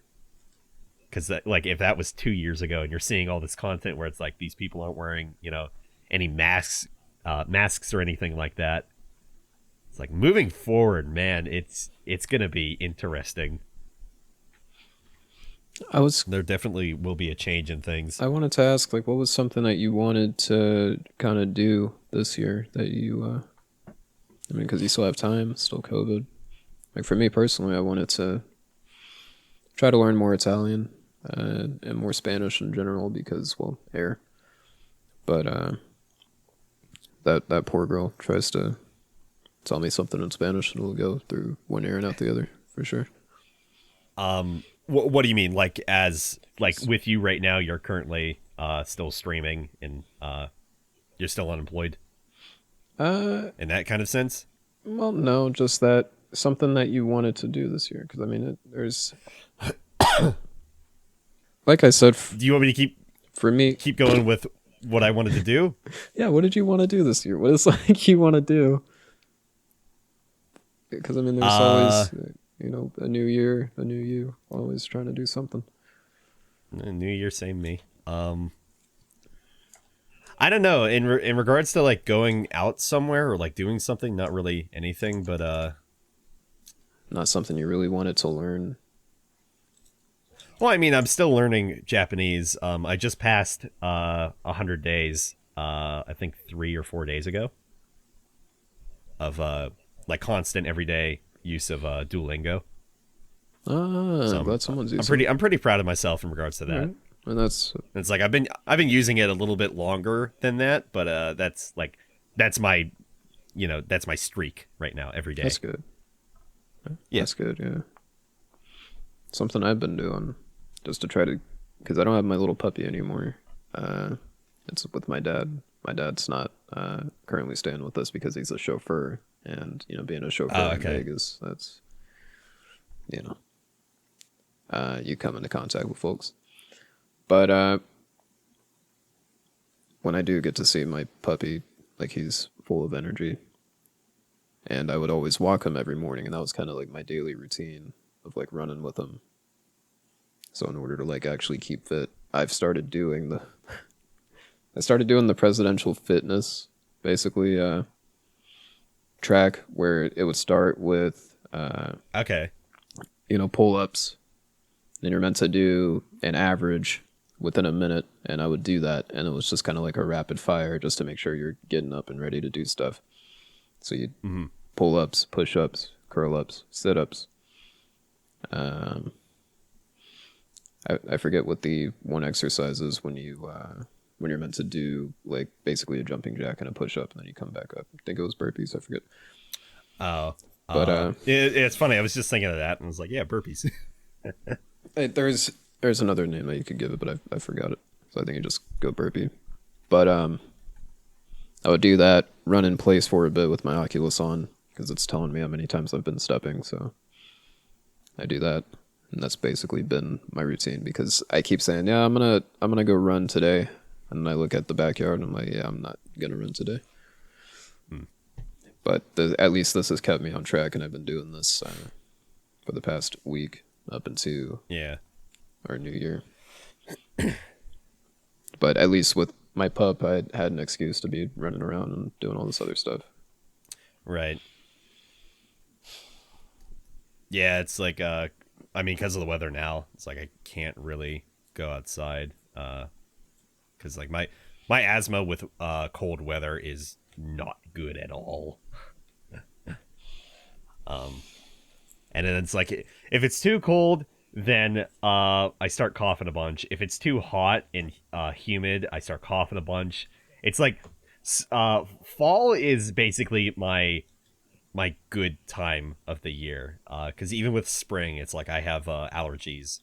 Not terribly bad to like plants and flowers and such, but sometimes that like the pollen in the air does affect me pretty badly on some days. I'm just kind of a broken, very sickly person. And like you wouldn't entirely looking at me, you wouldn't entirely see that, but I am not in perfect health. Nonsense. Not even because I'm just fat fuck. Nonsense. A little hefty. Nothing wrong with that. Yeah. No, I mean I'm not like one of those people who are like, "Oh, I have fat pride." It's like, no, you are very, very obese, and that is not that's healthy very at all. dangerous. That I don't want to say anything that would get us like, in the gallows, Man. but I think that is a very dangerous outlook, dear listener. If you want to improve yourself, you should want to do that. Don't just, up and quit because somebody's telling you, oh, well, it's normal to be this way. Well, no, dude, you want to. if you are dangerously obese to the point where that's where you are clinically named as dangerously obese, you should probably start figuring out some routes and some steps to take. Start cutting out Yeah. some certain things out of your routine and start doing some other things that are actually beneficial. But I think that's a very dangerous outlook to have. I mean, there comes to a point in which it's like you can have respect for your body and whatnot and love who you are. Like that is very important, but you have to actually be healthy enough to be like, yeah, this is fine. It's like there's no issue with loving yourself. Oh no. But if yeah. you're morbidly obese and like you're having trouble breathing, you are having trouble walking, or like certain parts of your body are hurting more because of your weight, then like no, that's not good. Or even if even if you're kind of like underweight, it's like you can love yourself, sure, but not to the point in which it hurts yourself. Something I think is important is that you do have to actually, you gotta treat yourself. You gotta really be in your own corner. I think a lot of people that are going through it, they're not just they're not assuring themselves first and foremost. And Yeah. I think that's a lot of riffraff that somebody in psychiatry will tell you, but you have to really be in your own corner at the end of the day. Yeah, 100% agree. Man. I'm lucky enough, at least with myself, that I move around at my work enough. I'm a custodian for a school district. I move around at my work enough that what I take in for that day usually gets burned off for the most part. So it's like I've maintained pretty much the same weight for a good long while. Like it's gone up a little bit because of the past summer with the pandemic and how that was essentially, at least in Pennsylvania, that was essentially our winter of staying inside because for like fall and then heading towards December, it was like fairly warm. Like it only just in the past couple of weeks started to snow pretty good. So it's like I kind of, considered like, oh, everybody's putting on this quote unquote winter weight because they're all, being forced to stay inside because of, quarantine and whatnot. It's like I think that's, a fair enough point where it's no issue. Man, it's crazy to me that you guys have like snow and shit. It's like for me, it's sunny skies. Like we haven't seen rain in like quite some time. Yeah. No, we've gotten some very good snow this year. I want to say it maybe like 3 or 4 years it's been since we've gotten like a real nice hefty snow, and it's like stayed on the ground for more than a couple of days. We currently have no snow now because that all got rained away yesterday. But it was nice. It was nice. It was an actually snowy Christmas and winter and such. Granted, winter is still happening, but you get my point. Mm-hmm. Here's a part of the show that I thought would be pretty interesting. I wasn't going to bring this up. Where we talk about our sponsor. No, I thought as a Drop Pod first exclusive, in fact, for you, dear listener, I thought I would do a little prank call. Are you ready? I guess I won't be able to hear it. Of course you will. Nonsense. Okay. Here we go. Okay. Ring, ring. Ring, ring. And now, like, this would be the part where you pick up because... pick up on the first or the second ring. I'm busy. Try it again. I'm gonna just hang up on this guy. He has this weird voicemail that's telling me that he doesn't Hello? pick up on the second or third ring. Hello? Hello? Hello? Hel- Who is this? Who is this random number? I don't answer random numbers, but I decided to answer this one. Who is this? Sorry, can you hear me? Yeah, I can hear you. Who is this? Who is this? Who are you? Who are you? I'm me. Who are Okay. you? Well, I'm me too. Your name's me too? Is your name me? My name is me. Are you me? No, just me. Me who? No, listen, my name is me. Me you? No, me, you, me. You can't? Mew? Alright, listen. Are you a Pokemon? Listen, fella. I'm me too. I came to call you to ask you if you have heard about the wonderful opportunities that NordVPN could give you. Click. All right.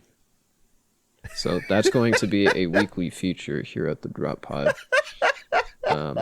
Terrible. Listen, Listen, let me tell you. let me tell you, there are other podcasts Dang. out there, but it ain't this one. That was awful. That's not getting cut though. Unfortunately, Good. Good. but that's a feature that's going to happen. Hopefully, Oh man. yep, we're definitely gonna get up into some shenanigans on this here show. Yep. God, I thought you were gonna like call somebody on Discord, like bring him into the call. You're like, yeah, that would sound great. I did have a plan for that, but prior to our recording last week, it was like, that's not a very good idea. But I do want to see what happens. I kind of want to see, but I'm not gonna do it. Maybe, but I kind of want to see. But no, I was. Here's a little inside the actor's studio. We're acting. We're not actually friends. Yeah, this is all artificial. All this conversation, this guy gets paid in like Cheez-Its or something.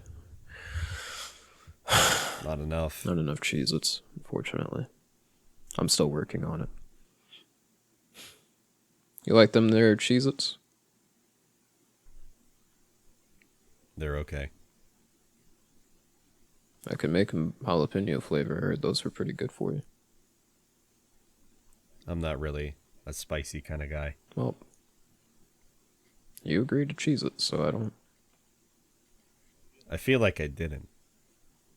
There's cheese in it.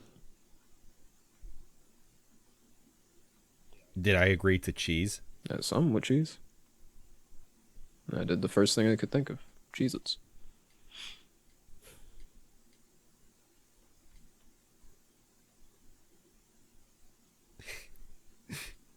Anyway. The Inside the actor studio? Or was that it? No, I was going to I was gonna see where you were gonna take that. Because I wanted you to think that I was gonna call like Pizza Hut or something. Oh. No, I thought you were just going to bring somebody in from Oh no. Discord. No. This is gonna be a weekly feature where I call somebody out of I'm not actually gonna do this. I call some And it's always me. and it's always you, yes. Hello, this is Pizza Hut. Pizza Hut, more like pizza butt. Am I right? Am I? No, I'm me. What's your favorite pizza? Not like pizza, but pizza place. Okay, I was gonna say, well, usually like a deep dish Chicago style pizza. But favorite pizza place has to be Pizza Hut because they get pretty deep. Get fucking deep. You know, I had a deep dish pizza, and I think they served me like the wrong thing, or like as they described the deep dish pizza, it wasn't a deep dish. How would you describe what a deep dish pizza is? Crust is pretty thick usually. And sometimes they serve it to you like in a pan, as it's kind of like rising still. Something like that. with like a Chicago style pizza, like those pizzas are super thick, and then you look at like a New York style pizza, they're super thin. The crust is super thin. But every time Mm, I get a just like a pizza, like I make sure it's Sicilian cut. Sicilian cut being they're in squares. They tend okay. to last longer. That's pretty good for later, as opposed to just having it cut in sectionals. But you can get a Hmm. Sicilian cut. They're usually you can. It's pretty easy to make your own. I don't know why I'm talking about this. My Italian's coming out a little bit, but you can you can basically knead the dough into any shape you need it.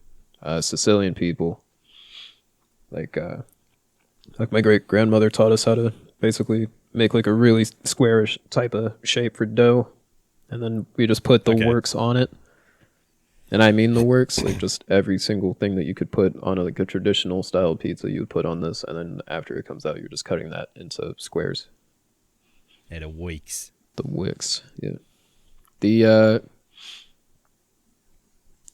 the thing is, though, I haven't had much pizza since COVID.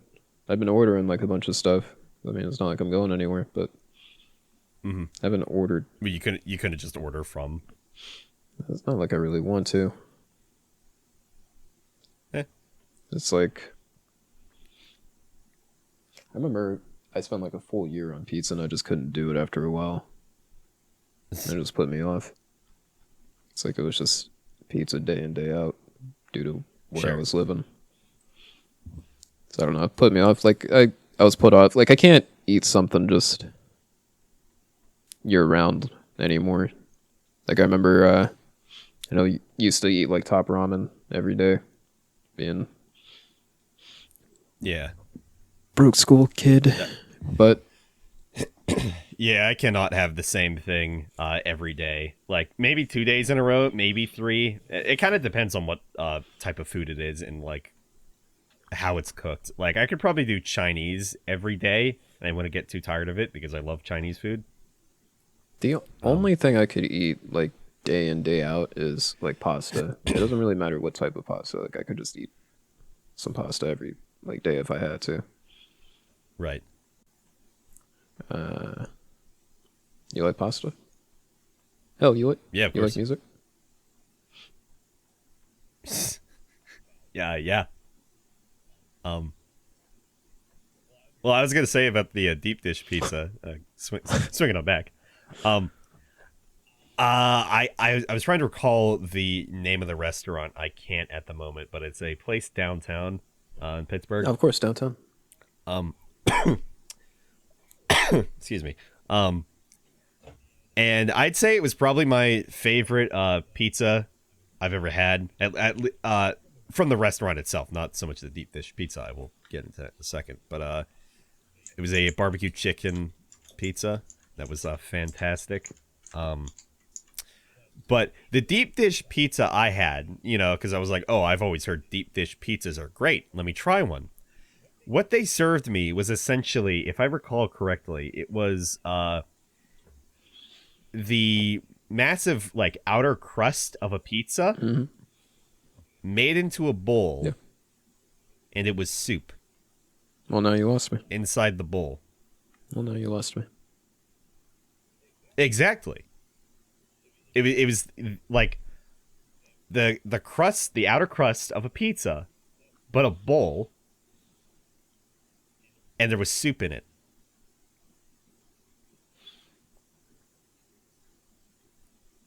This world's gone to fucking dogs. Making soup It's out like of I did. pizza I nowadays. was like, no, this isn't a deep dish pizza, is it? No. But I mean sometimes like you'll get like a deep dish pizza where like the tomato sauce that they packed in there was basically like soupy. Yeah, it was not even a pizza, if I recall. It was just a bowl made out of bread, and there was soup inside of it. I don't even think it wasn't even that good, honestly, because I was like, "Ooh, I'm gonna get a pizza." And you get a bowl of soup. I should take you to get like an actual You gonna take me? I'm gonna take you. Take me to get a. Like an actual Chicago style pizza. So I think that would be like a hoot for you to actually know what a Uh, pizza fucking tastes like.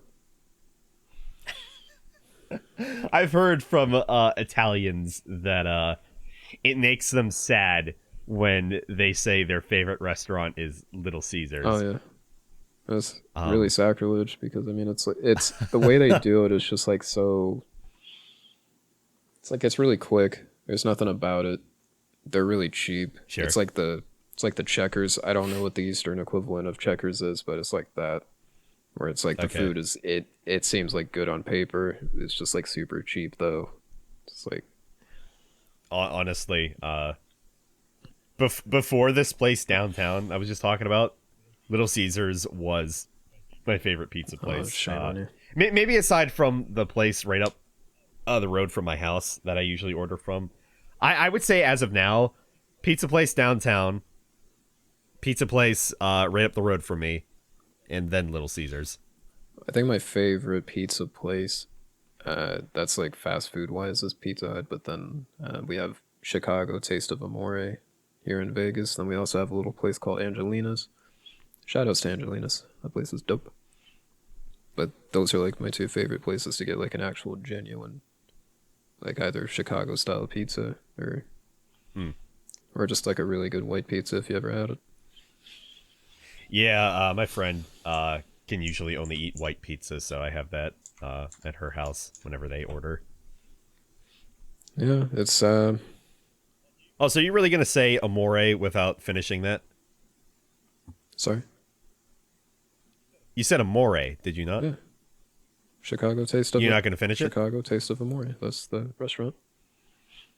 No, that's Amore. Where's it Amore Taste of Chicago? It's one of those. That's Amore. No, we're not doing that, Mel. That's copyright. Yeah, yeah. That's Amore. No, it's not. You know how to make a good white pizza? I don't know how to make pizza. I'm not that kind of cook. I'm not so handy with like Pizza's one of the easiest things to make, I'll be honest with you. the most complicated thing I've cooked uh are deviled eggs. And that's because I like deviled eggs. I was like, I want to make deviled eggs, and then I did, and I have. I think the most complicated thing I've done, even though I've done, I think like chicken's like really, especially if you're cooking for somebody else, like chicken's kind of like, because you have to make sure you're on your shit if you're cooking chicken.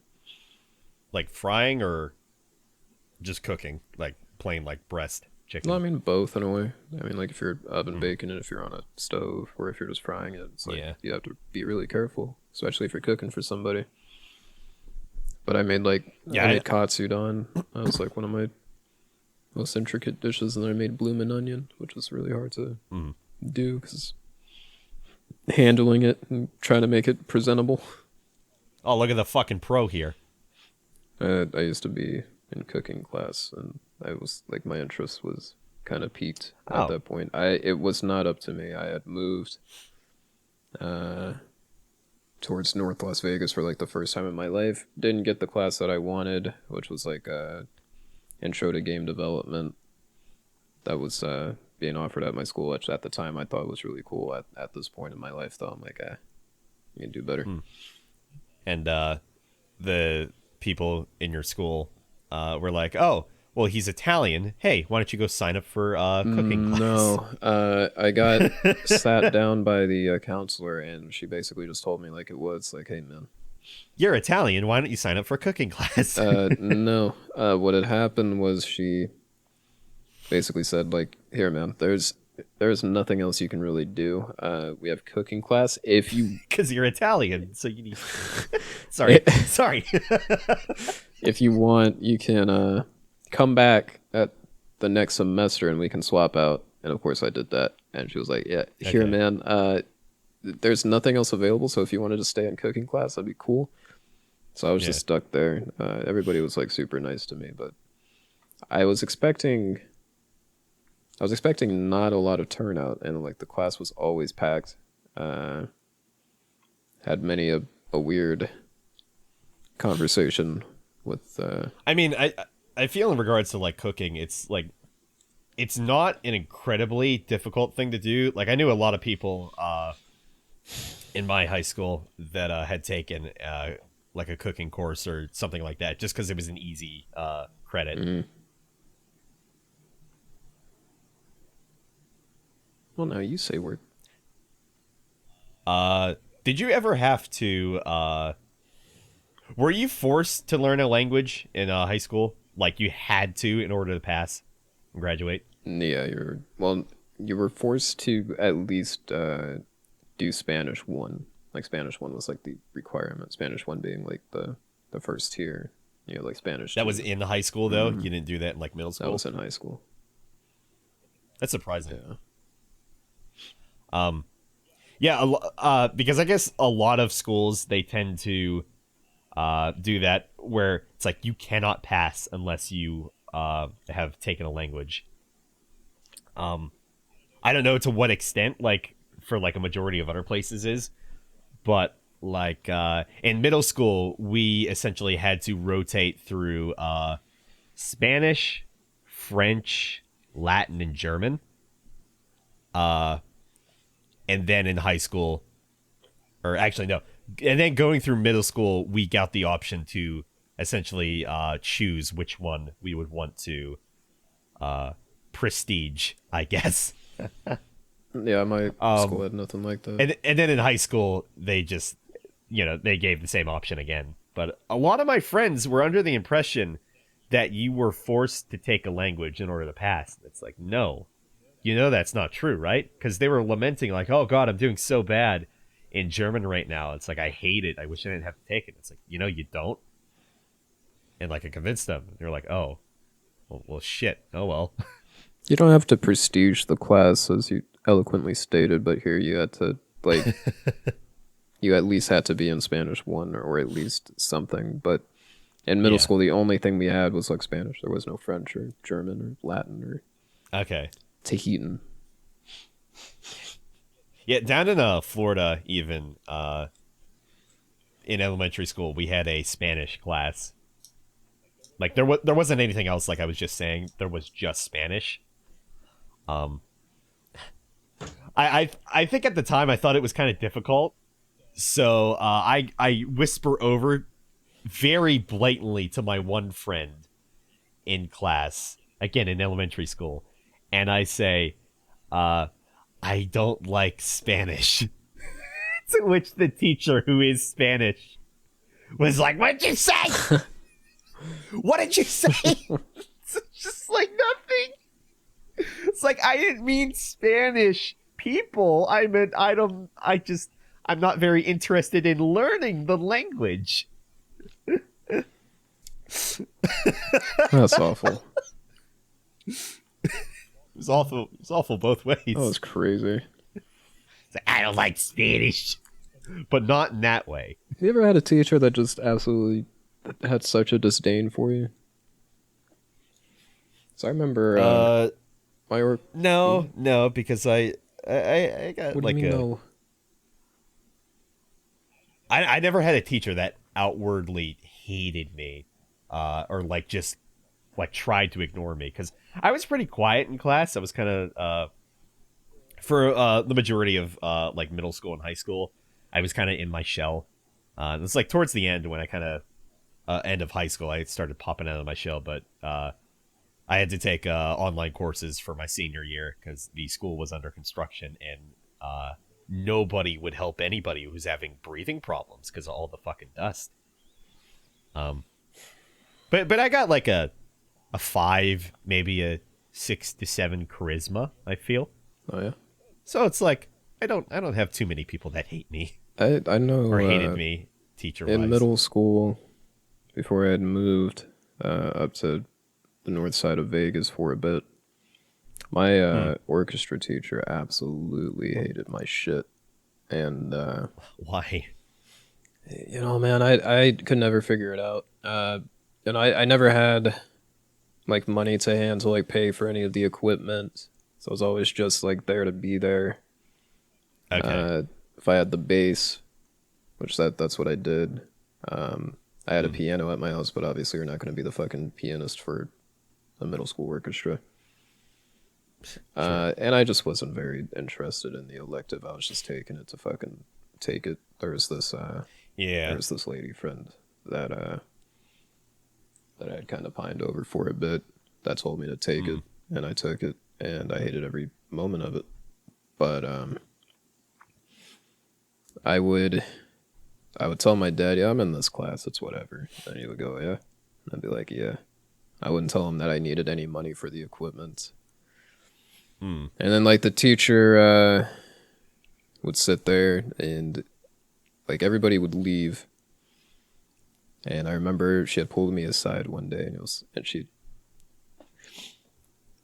she would lean in and go, hey man, is every You should really take an Italian cooking class. is everything I feel like you'd be better there. Sorry. is everything all right at home? She thought I was like, super poor or something. I'm just like, Mm. and after that, I kind of perpetuated it. Like we were doing well enough. My dad was like he was first starting his chauffeuring, but Okay. I had the things that I needed. I had a full-on piano at home. It was like a Yamaha that was given to me by my now granddad-in-law. I guess is how that works. But Okay. I whatever lesson was being taught in orchestra, I would apply to my piano at home, and I would just do the thing. And it was like Okay. she saw that like I wasn't terribly interested after a while. Like she knew the jig was up, but I had Mm. perpetuated the stigma that yes, this guy, yeah, I don't got much. I'm trying my best, chief. I just didn't give a shit. Yeah. But every day there would be something with her that I just wasn't doing. Like, oh, where's your orchestra polo? I'm not gonna wear that fucking shit. Orchestra polo. Yeah, because Okay. you had a polo that you would have to wear for like practice, for like concerts, for Mm. the middle school dance or whatever the fuck was happening. Mm. But I remember all the t-shirts were being ordered. I'm a really big dude. I remember all the t-shirts were being ordered, or the polos rather were being ordered. My name gets called Armand Small, and I had walked up. Everybody was like, they. I remember this vividly because I was bass, so I'd be in the back of the class with all the other bassists. I Mm. walked up. Everybody turns to me, like sees how towering I look. And I walk up to pick up my really small polo, and like I felt like she did this like sheepishly, like to just kind of undermine me. She knew how tall I was, and then like yelled it out, Armand Small. And I'm like, all right. So I walk up, I take the polo, I take it on the chin. The day comes to wear it, literally the next day, it's not on. I'm like, I don't know. I don't know what happened.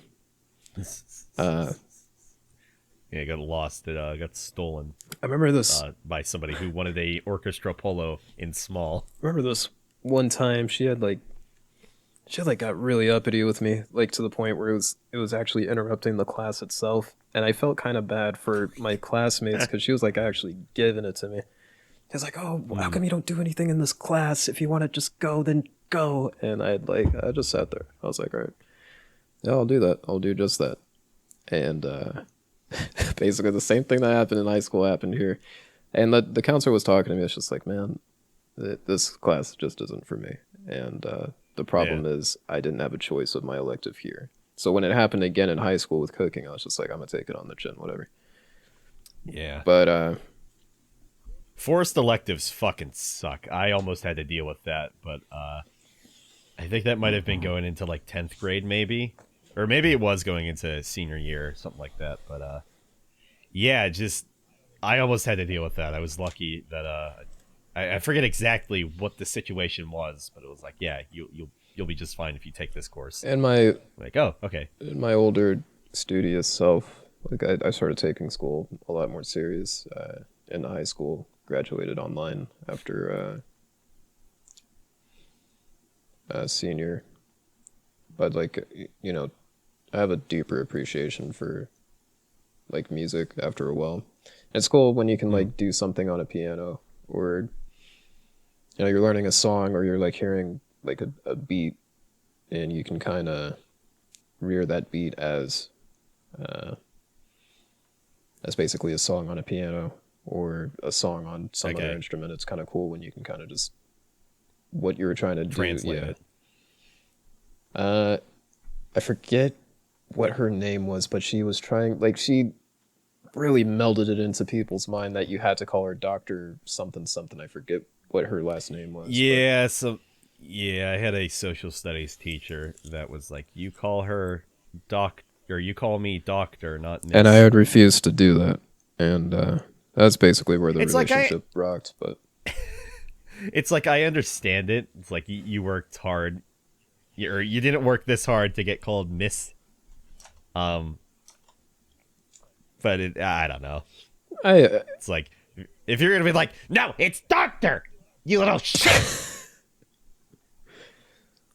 I feel bad at my older age because it's like, yeah, you know, there's a possibility that I could have been a psychiatrist, but I could feel the fact that now at my age, it's like, oh yeah, she would have been upset. I would have been upset for sure. But hey, man, Yeah. you shouldn't Um. mess with forces you don't understand, dude. I don't know what to tell you.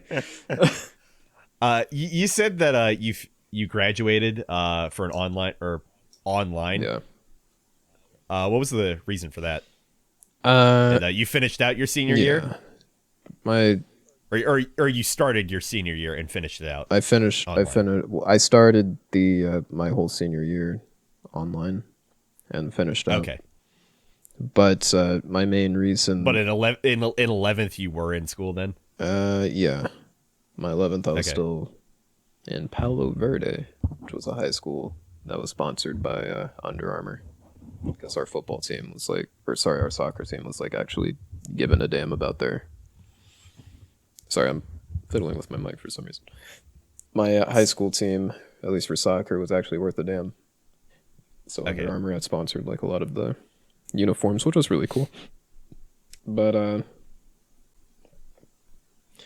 my reasoning behind it was just we're Nevada is like dead last when it comes to education. The Clark County School oh District, really? yeah, they're really hurting these guys. And the more I was reading it, that at the time, more people were interested in folks that had like online degrees, and because it proved that they knew a little something about whatever.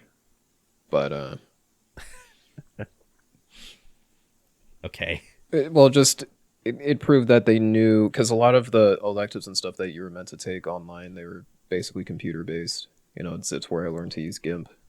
I know how to use a computer, forehead. I mean, yeah, it's a very important skill, especially when you're going out for your first job. I remember that was for like a I mean, credit. At I just think I just think it's funny. And like, oh yeah, I finished my schooling online, but it's like, just click a couple of buttons. It's like it's nothing like too like, I guess techie, give yourself where it's like, oh, I know how to build a computer. Yeah, I know how to answer questions and use the mouse. treat yourself. You just you worked on a computer for a bit. Yeah. Old folks don't know how to I'm just do saying there's a league of difference between knowing how a computer works and using the mouse. it. Hey man, give yourself some credit. So you did it to benefit yourself then. Yeah.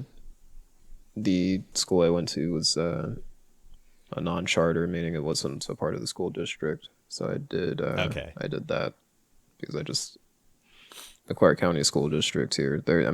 We are still dead last in terms of education. Like that's one of our like kind of secrets over here. It's like we still try to pin it on like, oh well, I mean it's Kentucky. Kentucky's has some problems out there. But you look at Sure. you look at the state averages, and then you just see like Nevada's down by like a country mile compared to Right. what we all thought was like Alabama or Kentucky. Hmm. But we used to be renowned for like sports, at least. Like UNLV had like one of the. I mean, you don't know, but you know. I know. I went to it. I was there when it was conceived. In '96, you were there. In spirit. All right. Well, man, if there's nothing else to talk about. I was gonna say something else about school, but now I'm not sure. Let's not turn this into school. That's not what the. What do you mean? We already did turn it. No, that's not what the drop pod's about. This is about some hardcore gamers. Gamer, game on. Exactly. They don't want to hear nothing about no school. They want to hear about what our thoughts on shooting people inside of an airport are, and what it means to go Russian. Yeah, no Russian, dude. Dude, do you know why they did that? They want to hear why we think we're oppressed as a culture. Do you want to know why they said no Russian? Why did they say that? Why? I know, you got to be in the know. So you were gonna tell me, and then you go, "Yeah, nah, you gotta know though." How do you not know, bro? That's wild. What you just did, that's crazy. I've never heard such a goddamn thing in my life. It was 2 + 2. Bet you would like to know. 20, 20 yeah, 21. You stupid.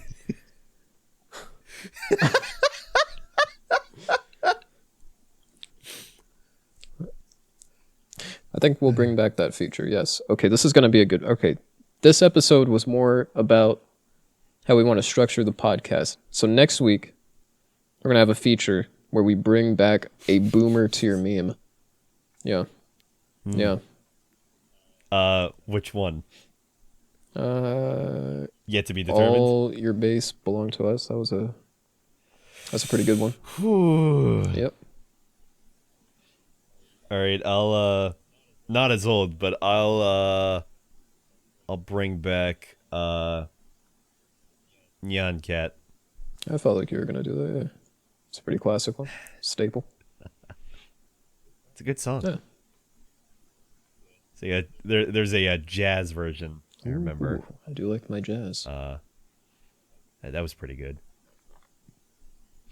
Dear listener of the Drop Pod, I don't know.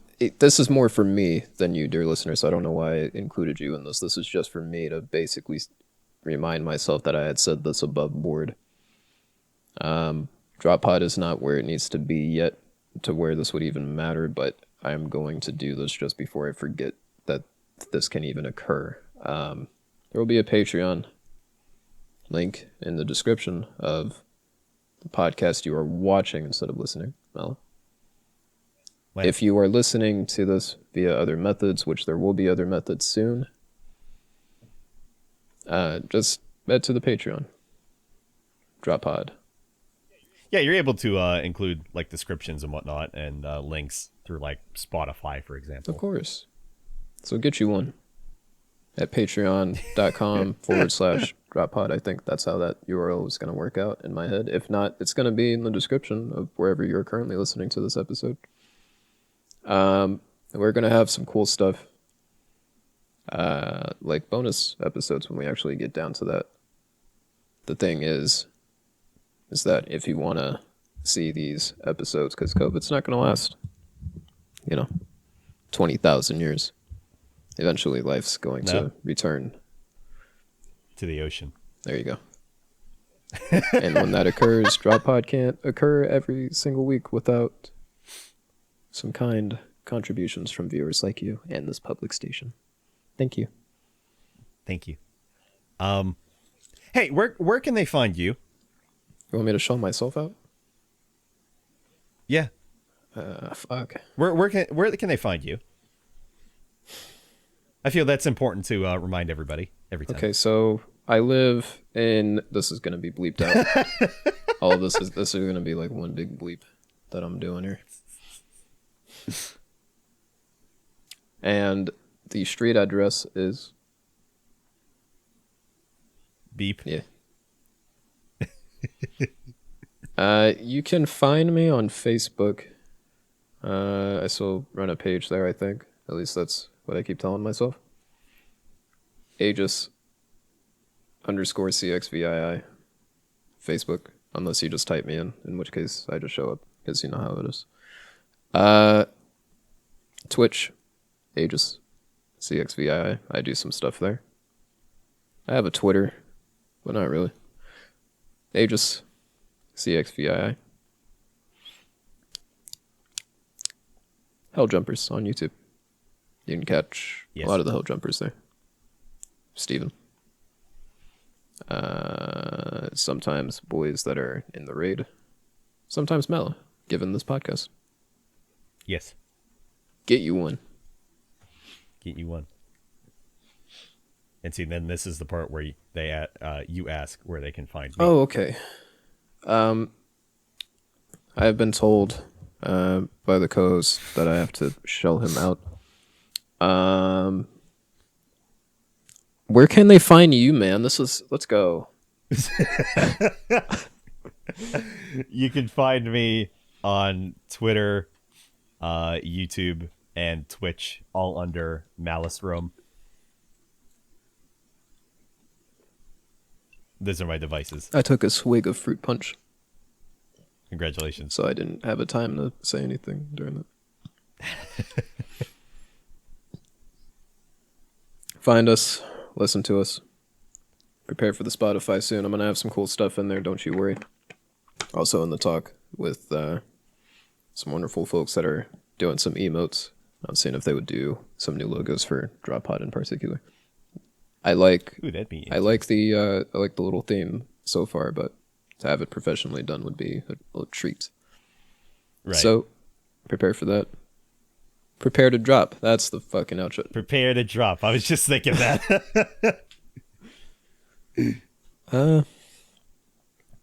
What else, Mel? Some viewer stay safe. emails. Let's go. Yeah, viewer emails. Let's do it. All right. If you have any correspondence for Drop Pod for next week's sode, leave them down in YouTube for now. I will open up the email soon for folks to email us. Tell us what you think of the show. Yeah, I was going to suggest that actually. That would be something fun to do. Just be like, hey, here's a question I have. What's your opinion on it? Tell you what. Let me tell you. For some of the if you're in the Hell Jumpers Discord, it's also in the link. And also just get a hold of us there. We'll get to them when we get to them. Oh, I might even pin it. That is true as well. He might even pin it. Goodbye, everybody. Stay safe. Goodbye. Goodbye.